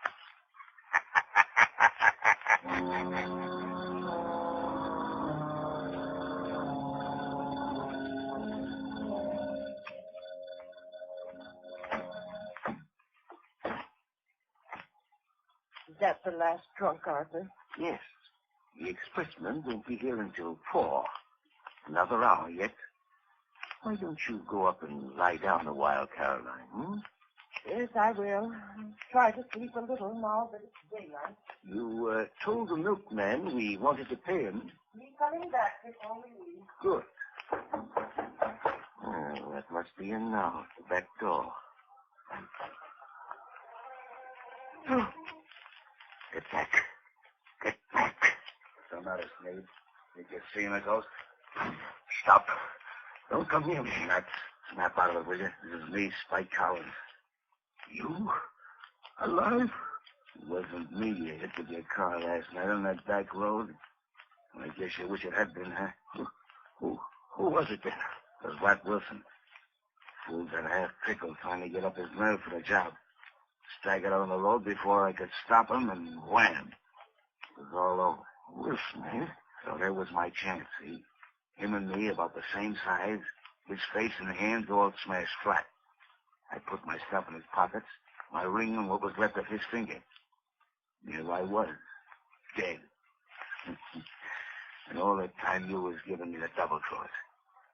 And maybe I am a ghost, but I can still deal with you, Sneed. Who is it, Arthur? Just a minute, Carolyn. Now listen, Spike. There's only one way to see this thing through. You and I have got to stick together. The Shadow is after us both. We've got to get out together, away from this Shadow. Don't kid me anymore about the Shadow. You see this cat? I'm here on business. I'm going through it. Put the old lady out of her misery. Good Lord. What's the matter? There. On the table. Nothing but a torn playing card. The ace of spades. Or half of it. You've got to stop it, Spike. You've got to stop her. What's the matter? Who's this man? Carolyn. This is a friend of mine. Friend? Sure, a friend. But I don't understand. The pistol. Yeah, that's my way of doing business, lady.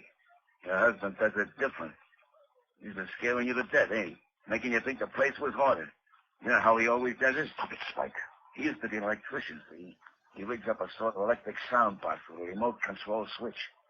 He usually puts the switch over here by the door. Yeah, here it is. What's it all about, Arthur? The ace of spades. The end. Death. When he turns the switch, you hear the ghost dance. All you have to do is turn this knob. That's the way it works, lady. But I hear it. Arthur, I hear it. Turn that thing off, you idiot. haven't turned it on. You haven't. And what's making those sounds? I am. It's him. He's come. A shadow. I am coming up these cellar stairs. I will enter and stand beside you. Where is he? Stand back or I'll shoot. When I enter, I will touch one of you on the shoulder. Stop it. Stop it. And that one will die. The cops. Come here, Steve. That's right. You call in the cops. No, don't shoot, Spike. I think it's up. You can have the bullet I was going to give your wife, you double-crossing skunk. Oh, you killed him. Come on. Go through that side room, boys. Stick him up. I got him. Outstanding. Still on. Break your arm. There. Now, hand over that gat. All right. I'm through. You win. Spike Collins. Spike Collins? I thought he was... Piece of fool. I thought you... Say, what is this? Who was that guy that got killed over here last night? Come clean, Collins. Whoever it was, I didn't do it. Who's that? Where are you? Don't be alarmed. I am here behind you. In the shadow. Oh. So you're here, Shadow, eh? Maybe you know who got killed here last night. The man killed last night, Commissioner, is a ghost. Oh, yeah? There are now 2 ghosts in this little adventure. Mr. Collins will probably make the 3rd. You really should believe in ghosts now, Commissioner. And in shadows.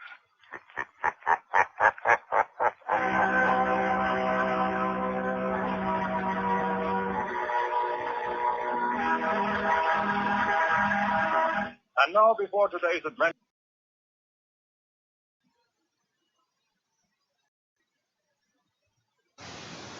All right. So that was episode 3 so far. You guys ready for one more? I think we have time for just about one more before Rackets goes live. Maybe you won't be able to get through it, but the replay will still be up. It'll be going live at midnight. I believe it's about 20 minutes. Does that man ever sleep? Rackets? Yes, just very randomly because of the narcolepsy.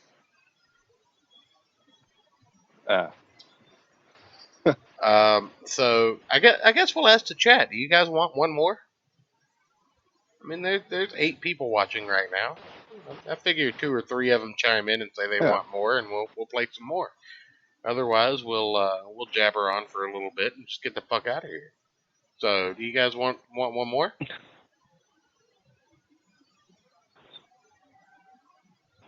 We'll have half a beer left, folks.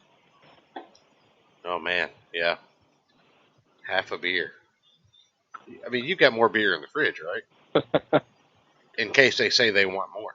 No, this is my last one. All right, that's well, I'm gonna take Dan's answer as a yes. So I'm gonna say that's 3 yeses. So we're gonna go ahead and queue up episode 4, and that will be The Shadow, the Circle of Death. We need music thing. Yep. There. So, I mean, I guess without further ado, say it in your ASMR voice. ASMR, The Shadow, the Circle of All right, Death. Hold Coming right up, you ladies and gentlemen. Hold on, do it. Oh yeah. There's our music sting. Got a little backdrop there. Got whiskey in the glass right now, Dan. You don't have to ask. You know how we do. Anyway, I'm gonna play this, and we're gonna play it. We're gonna even include the advertisement. We're gonna play it right up until about 3 minutes to midnight. At 3 minutes to midnight, we're going to break. We're going to play the outro song. I don't know. We'll just play it through. 28 minutes. That'll cut into Racket time slot a little bit. We do have an outro song specifically picked that you can just guide right into Racket stream with. That'll give everybody time to catch up. If you drop out of here at midnight, we do not hold it against you whatsoever. But we're just going to play this one straight through. I don't think we're going to break for the advertisement. Let you get that good blue coal advertisement in your system. But without further ado, I introduce The Shadow and the Circle of Death right now for your listening pleasure on Gospel of Comics Radio on the midnight hour, burning the midnight oil.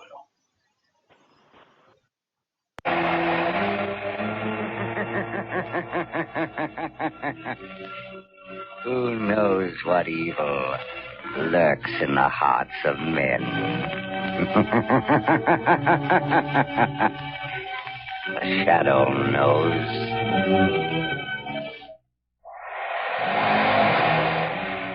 Blue Coal presents The Shadow, the mystery man who strikes terror in the very hearts of shopsters, lawbreakers, and criminals.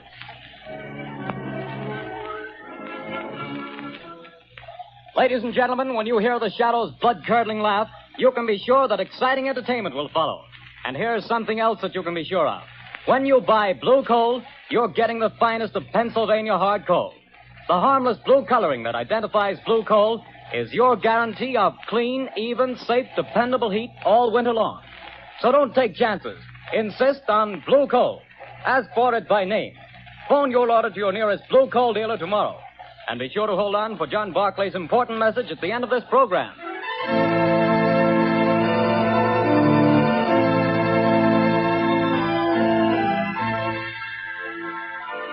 The plot murder announced for today has been postponed. Today, the Circle of Death.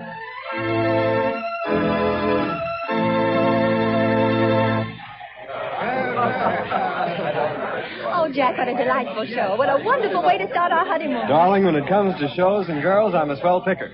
Now watch me pick a nightclub. Oh, taxi! Hey, taxi! Darling, I think you're wonderful. I've never had such a marvelous time in my life. Hop in, honey.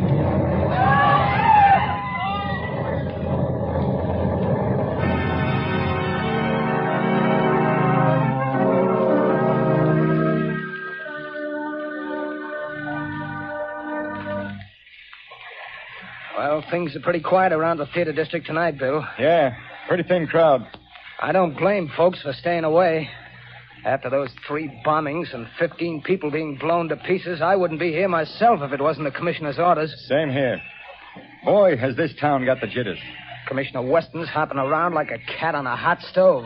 I hear the Midtown Association is going to ask for his resignation if he don't catch the nut that's scattering bombs around here like confetti on New Year's Eve. The guy that's pulling these jobs sure must have it in for a lot of people. Yeah, he's a real screwball if you ask me. Look at the way he's always sending warnings to the newspapers before he blows another batch of pedestrians to Hades. Yeah, and have you noticed? He always ends his notes by saying, I hate crowds. Yeah. Well, this is the time that crazy goof warned he'd set off another blast. Maybe his watch is slow. Things are going to pop if he pulls another job and kills any more people. Well, maybe all the cops have him scared off. Maybe. Maybe not. Bill, look at that car. Blown to smithereens.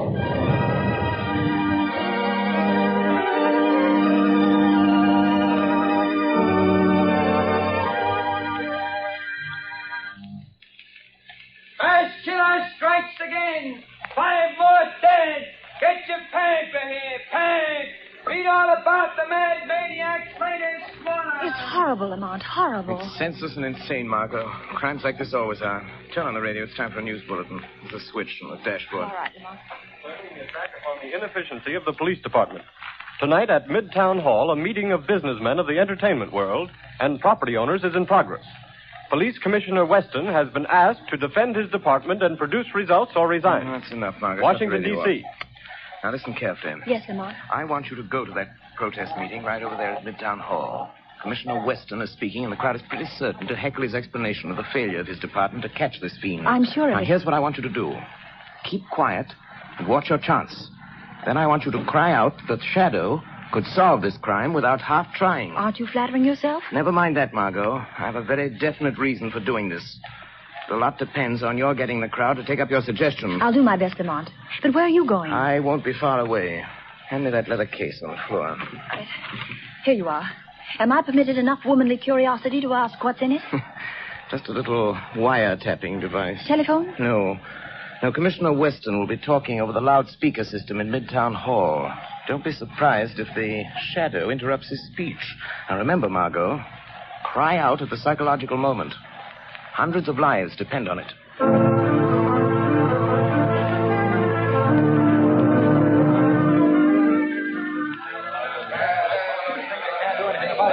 We don't want alibis, Commissioner. We want action, Weston. Crazy man's making a fool of you, Weston.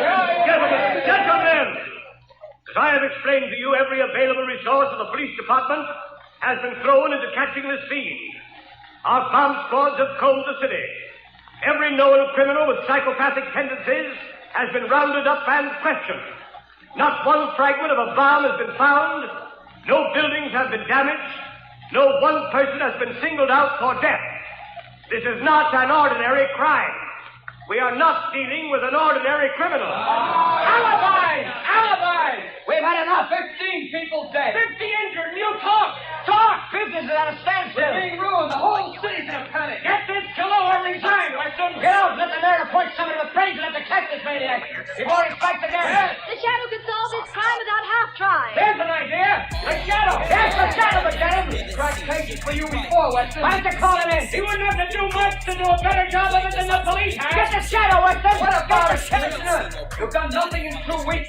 You're late. Wait a minute. Hold on. What makes you think this man who calls himself the Shadow is interested in law and order? He's helped to trap plenty of criminals, hasn't he? Yes, he's tipped us off occasionally, but it may have been to get rid of rivals. We have no assurance he isn't a criminal himself. What of it? A thief can catch a thief. I don't run my department that way. You're not running it at all. That's a matter of opinion. You're not running it. I was asked here to tell you what we've been doing. You seem to think my department works with the Shadow. We don't. We never have. And as for the Shadow, and you reporters can spread it all over the front pages, I challenge him to uncover one single scrap of evidence that my men have overlooked. I challenge the Shadow to find this maniac. Wait a minute. I am the Shadow. I accept that challenge, Commissioner Weston. I am working on the case. Gentlemen of the press, it will not be necessary for you to print the Commissioner's challenge, but you can print this challenge to the arch-fiend behind this reign of terror. Print this, gentlemen. The Shadow will trap the mass killer if he dares walk through the Central Arcade during the rush hour between 5 and 6 tomorrow night. Remember, the Central Arcade between 5 and 6 tomorrow night. I dare him to come to walk through the Central Arcade.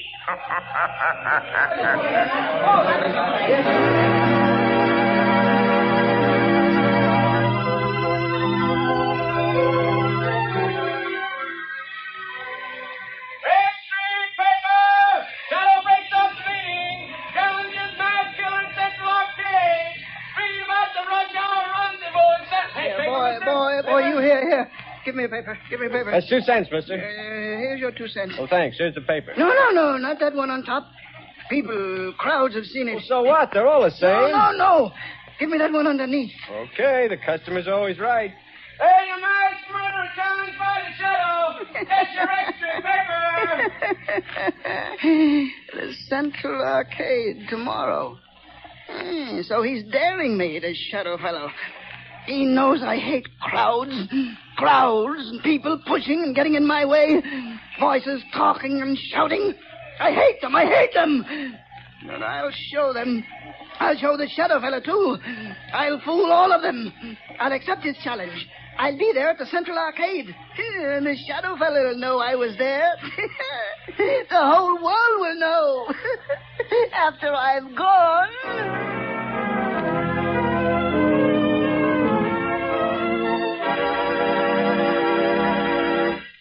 Your orders have been carried out, Commissioner Weston. Good.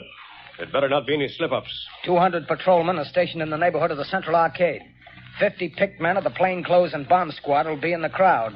If there is a crowd. There'll be a mob after all the publicity. If I could get my hands on the shadow, I'd wring his neck for this. What time is it? A little after 4, sir. We better get down there pretty soon. Yes, sir. Shall I take that call, sir? No. I've been waiting for this. And if it's who I think it is... Hello. Hello. Listen to me, Shadow. No, Commissioner Weston. You listen to me. I'm listening. Quick, Collars, trace this call. Yes, sir. Don't bother, Commissioner. You can't trace this call.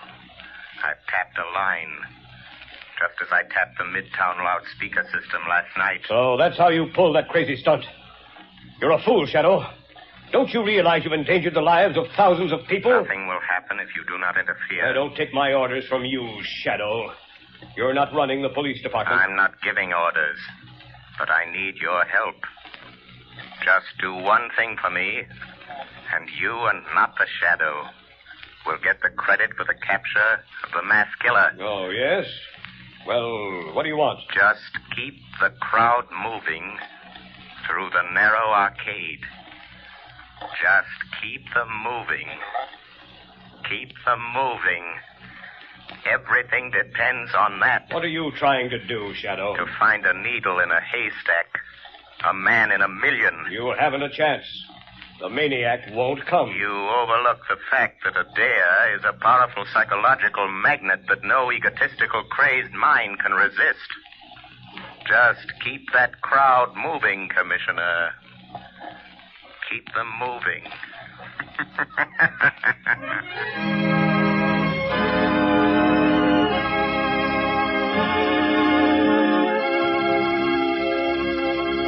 When you start...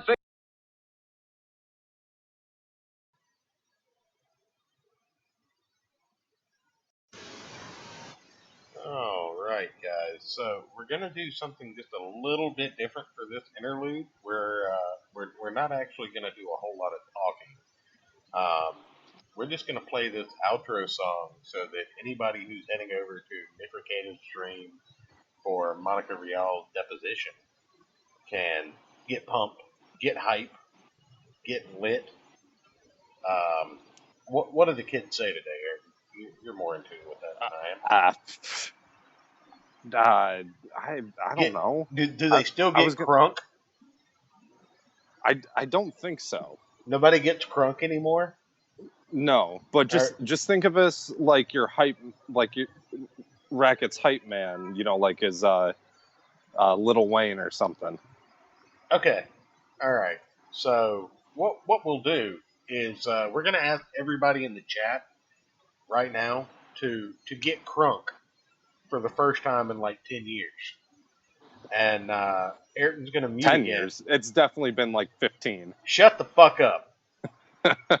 Ayrton's going to mute again. I'm going to mute again. And we're going to play this Vic Lasagna song for you guys. And then we're going to get back to the Shadow. If you want to go to Racket Stream, I definitely encourage you to do so. Our show will definitely be available for the replay. We love you all. We definitely appreciate all of you coming out. This will be the last you hear from us this show. When this particular episode ends, we're going to cut the stream. I may pop in to... hey, definitely Matt Christie. I definitely appreciate you stopping by. We'll play you out with Vic Lasagna, man. But... no, everybody get crunk real quick for like 2 minutes, and we will see you on the other side. We might stop in at the end of the show if anybody's still around. It's in the description as the outro song, Dan S. Right here. Unless you mean Racket Stream, and that's just on Lost Planning on YouTube, Nick Recato. Here's the outro song that we're about to play. Put that in the chat So there. get your marijuana cigarettes ready and your bumps of cocaine. That's right. Marijuana, cigarettes, and blunts of cocaine. But here we go. Bumps of cocaine. No, blunts of cocaine. That's more boomerish. All right, fair enough. All right, I'm going on mute now.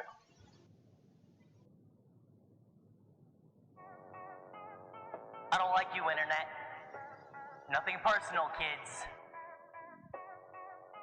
But you're just wrong about this. Soften up. All of the drama, whenever will it cease? Should be right now. Fake is innocent, so proven guilty. You claim there's lots of victims, you say that you won, but we still ain't seen no proof. That ain't how this country's run. You've been trying to tell us about all the awful things he's done. I thought it was so much fun. Kissy face emoji, now his career's gone. So come on, naysayers, you just trying to spread the drama. Here, let me stand with Vic Mignogna. Vic Mignogna, Vic Mignogna. The industry ain't nothing without Vic Mignogna, Vic Mignogna, Vic Mignogna. Looking for the nation, they just adding to the drama. Vic Mignogna, Vic Mignogna. Still nothing but hearsay, but now his career's a goner. Vic Mignogna, Vic Mignogna. Anime ain't nothing without Vic Mignogna. If you don't have the proof, then why you wanna kick him? I don't know about you, it's for me, I'm standing with them. For Sabroli, he was doing great at Funimation, but then they fired him, all thanks to baseless allegations. You're an Nazi, what the frick is that even supposed to mean? That you can't do your research in the anime community? If you ain't got the proof, take your mouth and shut it, cause you just spreading hate that I promise no one wanted. Listen, Vic Mignogna, Vic Mignogna. The industry ain't nothing without Vic Mignogna, Vic Mignogna, Vic Mignogna. Looking for the nation, they just adding to the drama. Vic Mignogna, Vic Mignogna. Still nothing but hearsay, but now his career's a goner. Vic Mignogna, Vic Mignogna. Anime ain't nothing without Vic Mignogna. All of the population agrees that Vic is brilliant, but most of our reactions made us all look like some idiots. So dumb.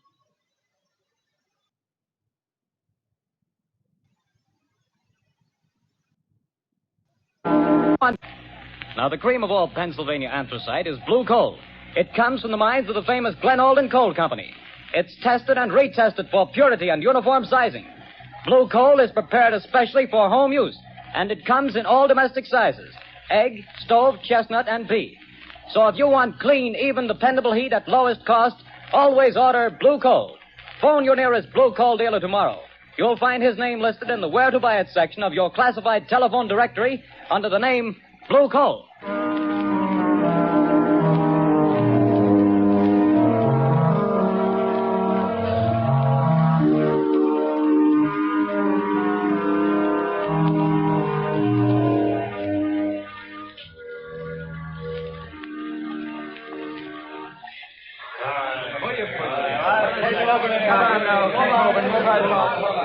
Quit blocking the arcade. Keep moving. Well, the time's almost up, Commissioner Weston. Yes. 2 minutes to 6. No, this is the longest hour I've ever spent in my life. Can you beat it the way people have flocked here on the chance of seeing somebody else blown to bits by this maniac? Looks like the shadow was right. The way they've been swarming through this arcade. Yeah, and watching each other like a bunch of wild animals. You see what happened to that poor guy with the Christmas box? I nearly killed him before we got him out. All he had was a doll for his kid. I saw it. Well, the time's up, Commissioner. Yes. Thank heavens. Any orders, sir? Just keep the men on duty till this crowd thins out. They'll be going home now. Commissioner Weston, look. What is it? The maniac. He's been here. Look at this piece of paper. Where'd you get it? In the arcade. He must have dropped it. What's it say, Commissioner? Tell that shadow fellow I'll kill me a lot more people at 11 o'clock tonight.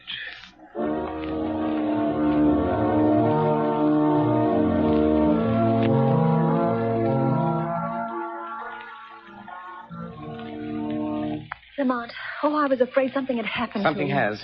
I found the maniac. Thank heavens. Have you notified the police? Margot, this man is a fiend. If I notified the police and they bungle things, he might kill hundreds of people. This is a job that the Shadow must handle alone. But Lamont, he's dangerous. You might fail. He might kill you. The Shadow won't fail, Margot. But if he should, it's far better that one die than hundreds. Oh, Lamont, please. There must be a safer way. Perhaps, Margot, but this is the only sure way to end the career of this mass killer. Goodbye, my dear. Lamont. Oh, Lamont.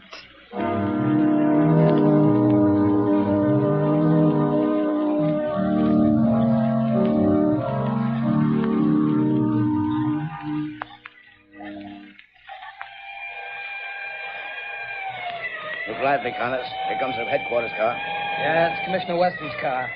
He's plenty worried about this maniac threatening to kill another batch of people at 11 tonight. Well, he'll sure have to go out of the theater area to kill him. They won't let anybody in the district here without a police permit. Wait a minute. Here comes a guy. Hey, you.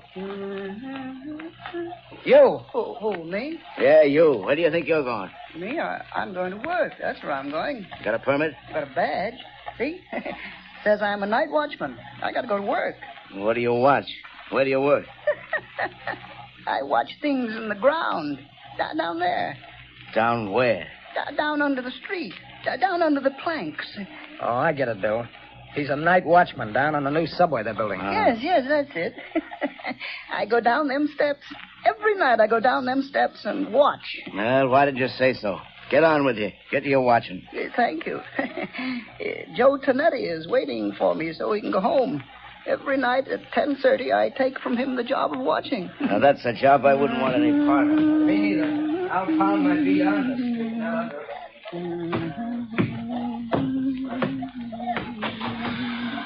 Oh, Joey Tonetti. Joey, you can go home now. I'm here to watch. Hey, what's the matter? You're half a big speakerback fella. You're 5 minutes late. I want to go home. Here's the keys to everything now. You watch out. But don't you go to sleep. The police don't want to let me come to work. But I show them the badge. You can go home now, Joey. I'll watch everything. Okay. See you in the morning. Goodbye. Goodbye.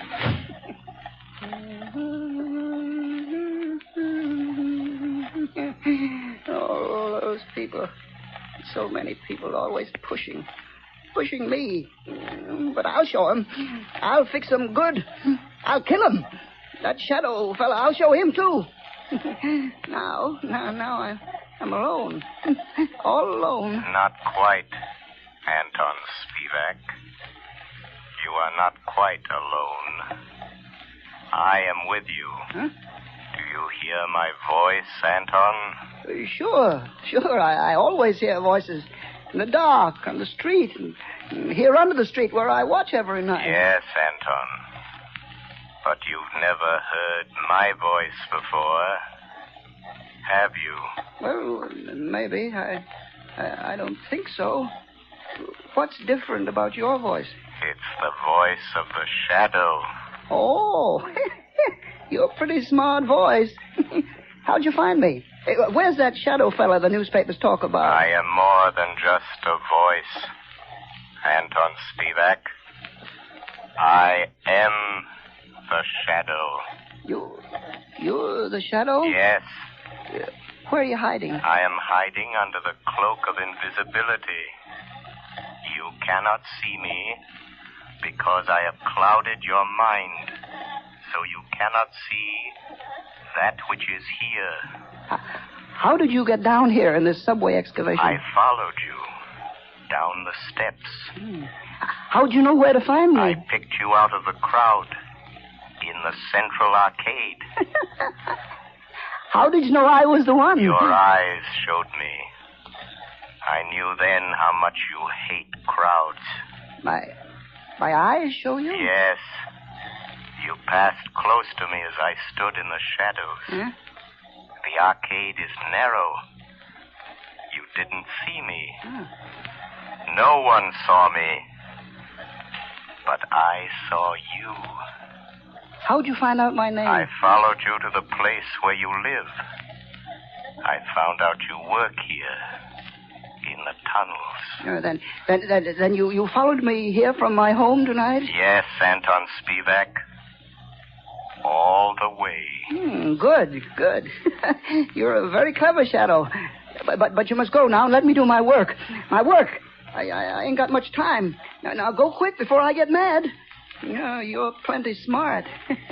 I'm glad to know you, Mr. Shadow, but no, you have to go. Yes, I'm smart. But you're smarter. You bet. Let me stay. I want to learn. You can teach me things. Then maybe we can work together. You hate people, too? Yes. I hate crowds. Let me watch you and learn. All right. I'll let you watch. What are you going to do? Yeah, you just watch. What's in this shed? You see? Dynamite. Sticks and sticks of dynamite. Is this what you use to kill people with? Mm-hmm. Yeah.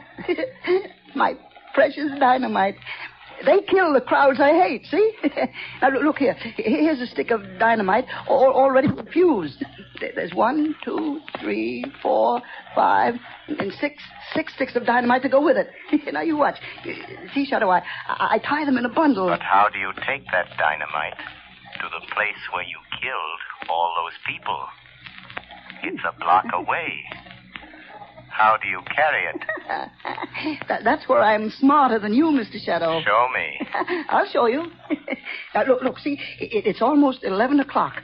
Now, here. You see this little hook? I hook the dynamite to it. Then what, Anton? Wait, you hear that car overhead on the boards? Yes. Well, if the light is red, it will stop right over our heads. Now listen.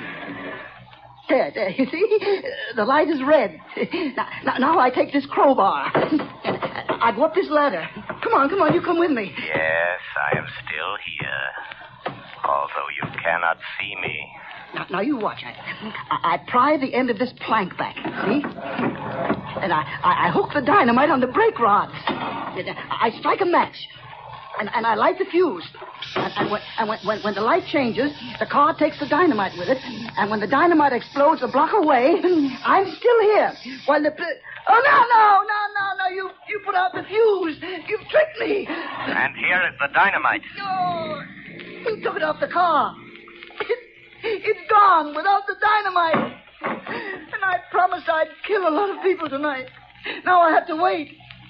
Tomorrow the crowds will be still pushing me. Scaring me. You tricked me.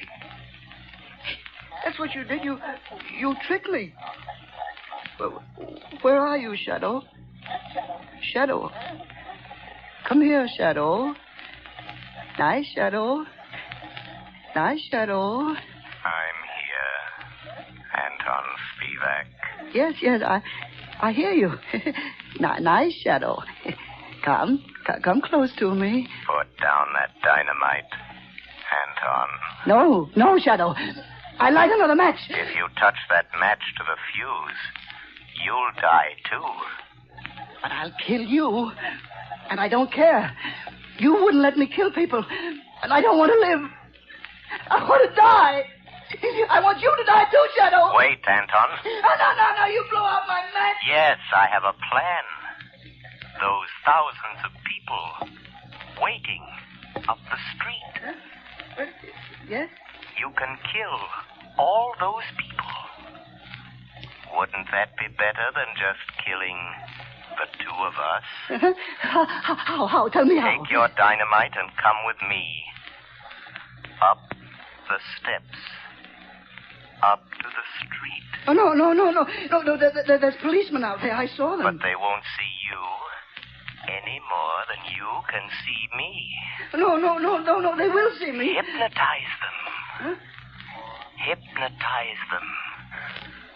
Look straight at them. Stare at them. And then they won't be able to see you. No, I'm afraid. Think of all those people waiting to be killed. Come. Just a few more steps. I am with you. You'll be safe. But I'll try. All those people waiting to be killed. I'll try it. But don't you leave me, Shadow, or I'll light the fuse. I'm here, Anton Spivak. Look. There are the two policemen. Uh-huh. Just stare at them hard as you pass, and they won't see you. All right, I'll try. Well, it's past 7, Connors. Looks like a false alarm this time. Hey, wait a minute. Here's that night watchman. Yeah, what's the matter with him? What's he staring at? Look what he's carrying. You can't see me. You can't see me. Dynamite. Grab him. No. Take it away from him. Let me go. Hold it. No, I said no. I got him. It's a masked killer. No. Oh, he lied. He fooled me. He said you couldn't see me. No. Give me my dynamite.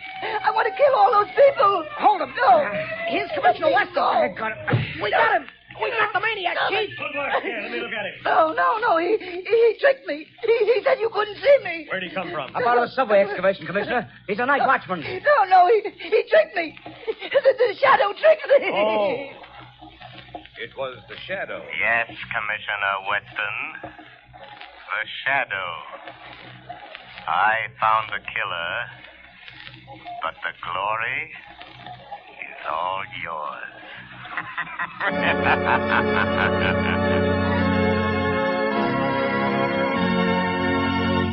Before we tell you of the Shadow's next exciting adventure, here's John Barclay, Blue Coal's famous heating expert, with an important message I promised you. Ladies and gentlemen, Mr. Barclay. Friends, there are just 2 more days left in November. That means that homeowners have only 2 more days in which to phone their Blue Coal dealers and get the full details on how they may have a Blue Coal heat regulator installed in their homes for a free trial period of 2 weeks. To me, this is the most unusual offer ever made. The free use of a Blue Coal heat regulator for 2 whole weeks without any obligation on your part to buy. Believe me, friends, until you've used one of these marvelous thermostats, you don't know what real comfort is. Imagine having your home warm and cozy from morning till night without once having to make a trip down to the furnace. And that's not all. You'll find you burn far less coal with this regulator, too. But don't take my word for it. See for yourself. Phone your Blue Coal dealer tomorrow. I thank you. Friends, for your own sake, do as Mr. Barclay suggests. Phone your Blue Coal dealer tomorrow and get full details of this amazing free trial offer. Prove to yourself what thousands of satisfied owners already know, that with a Blue Coal heat regulator, you get more uniform heat, more economical heat than the most expensive oil burner can give you. But don't wait. Phone your Blue Coal dealer tomorrow.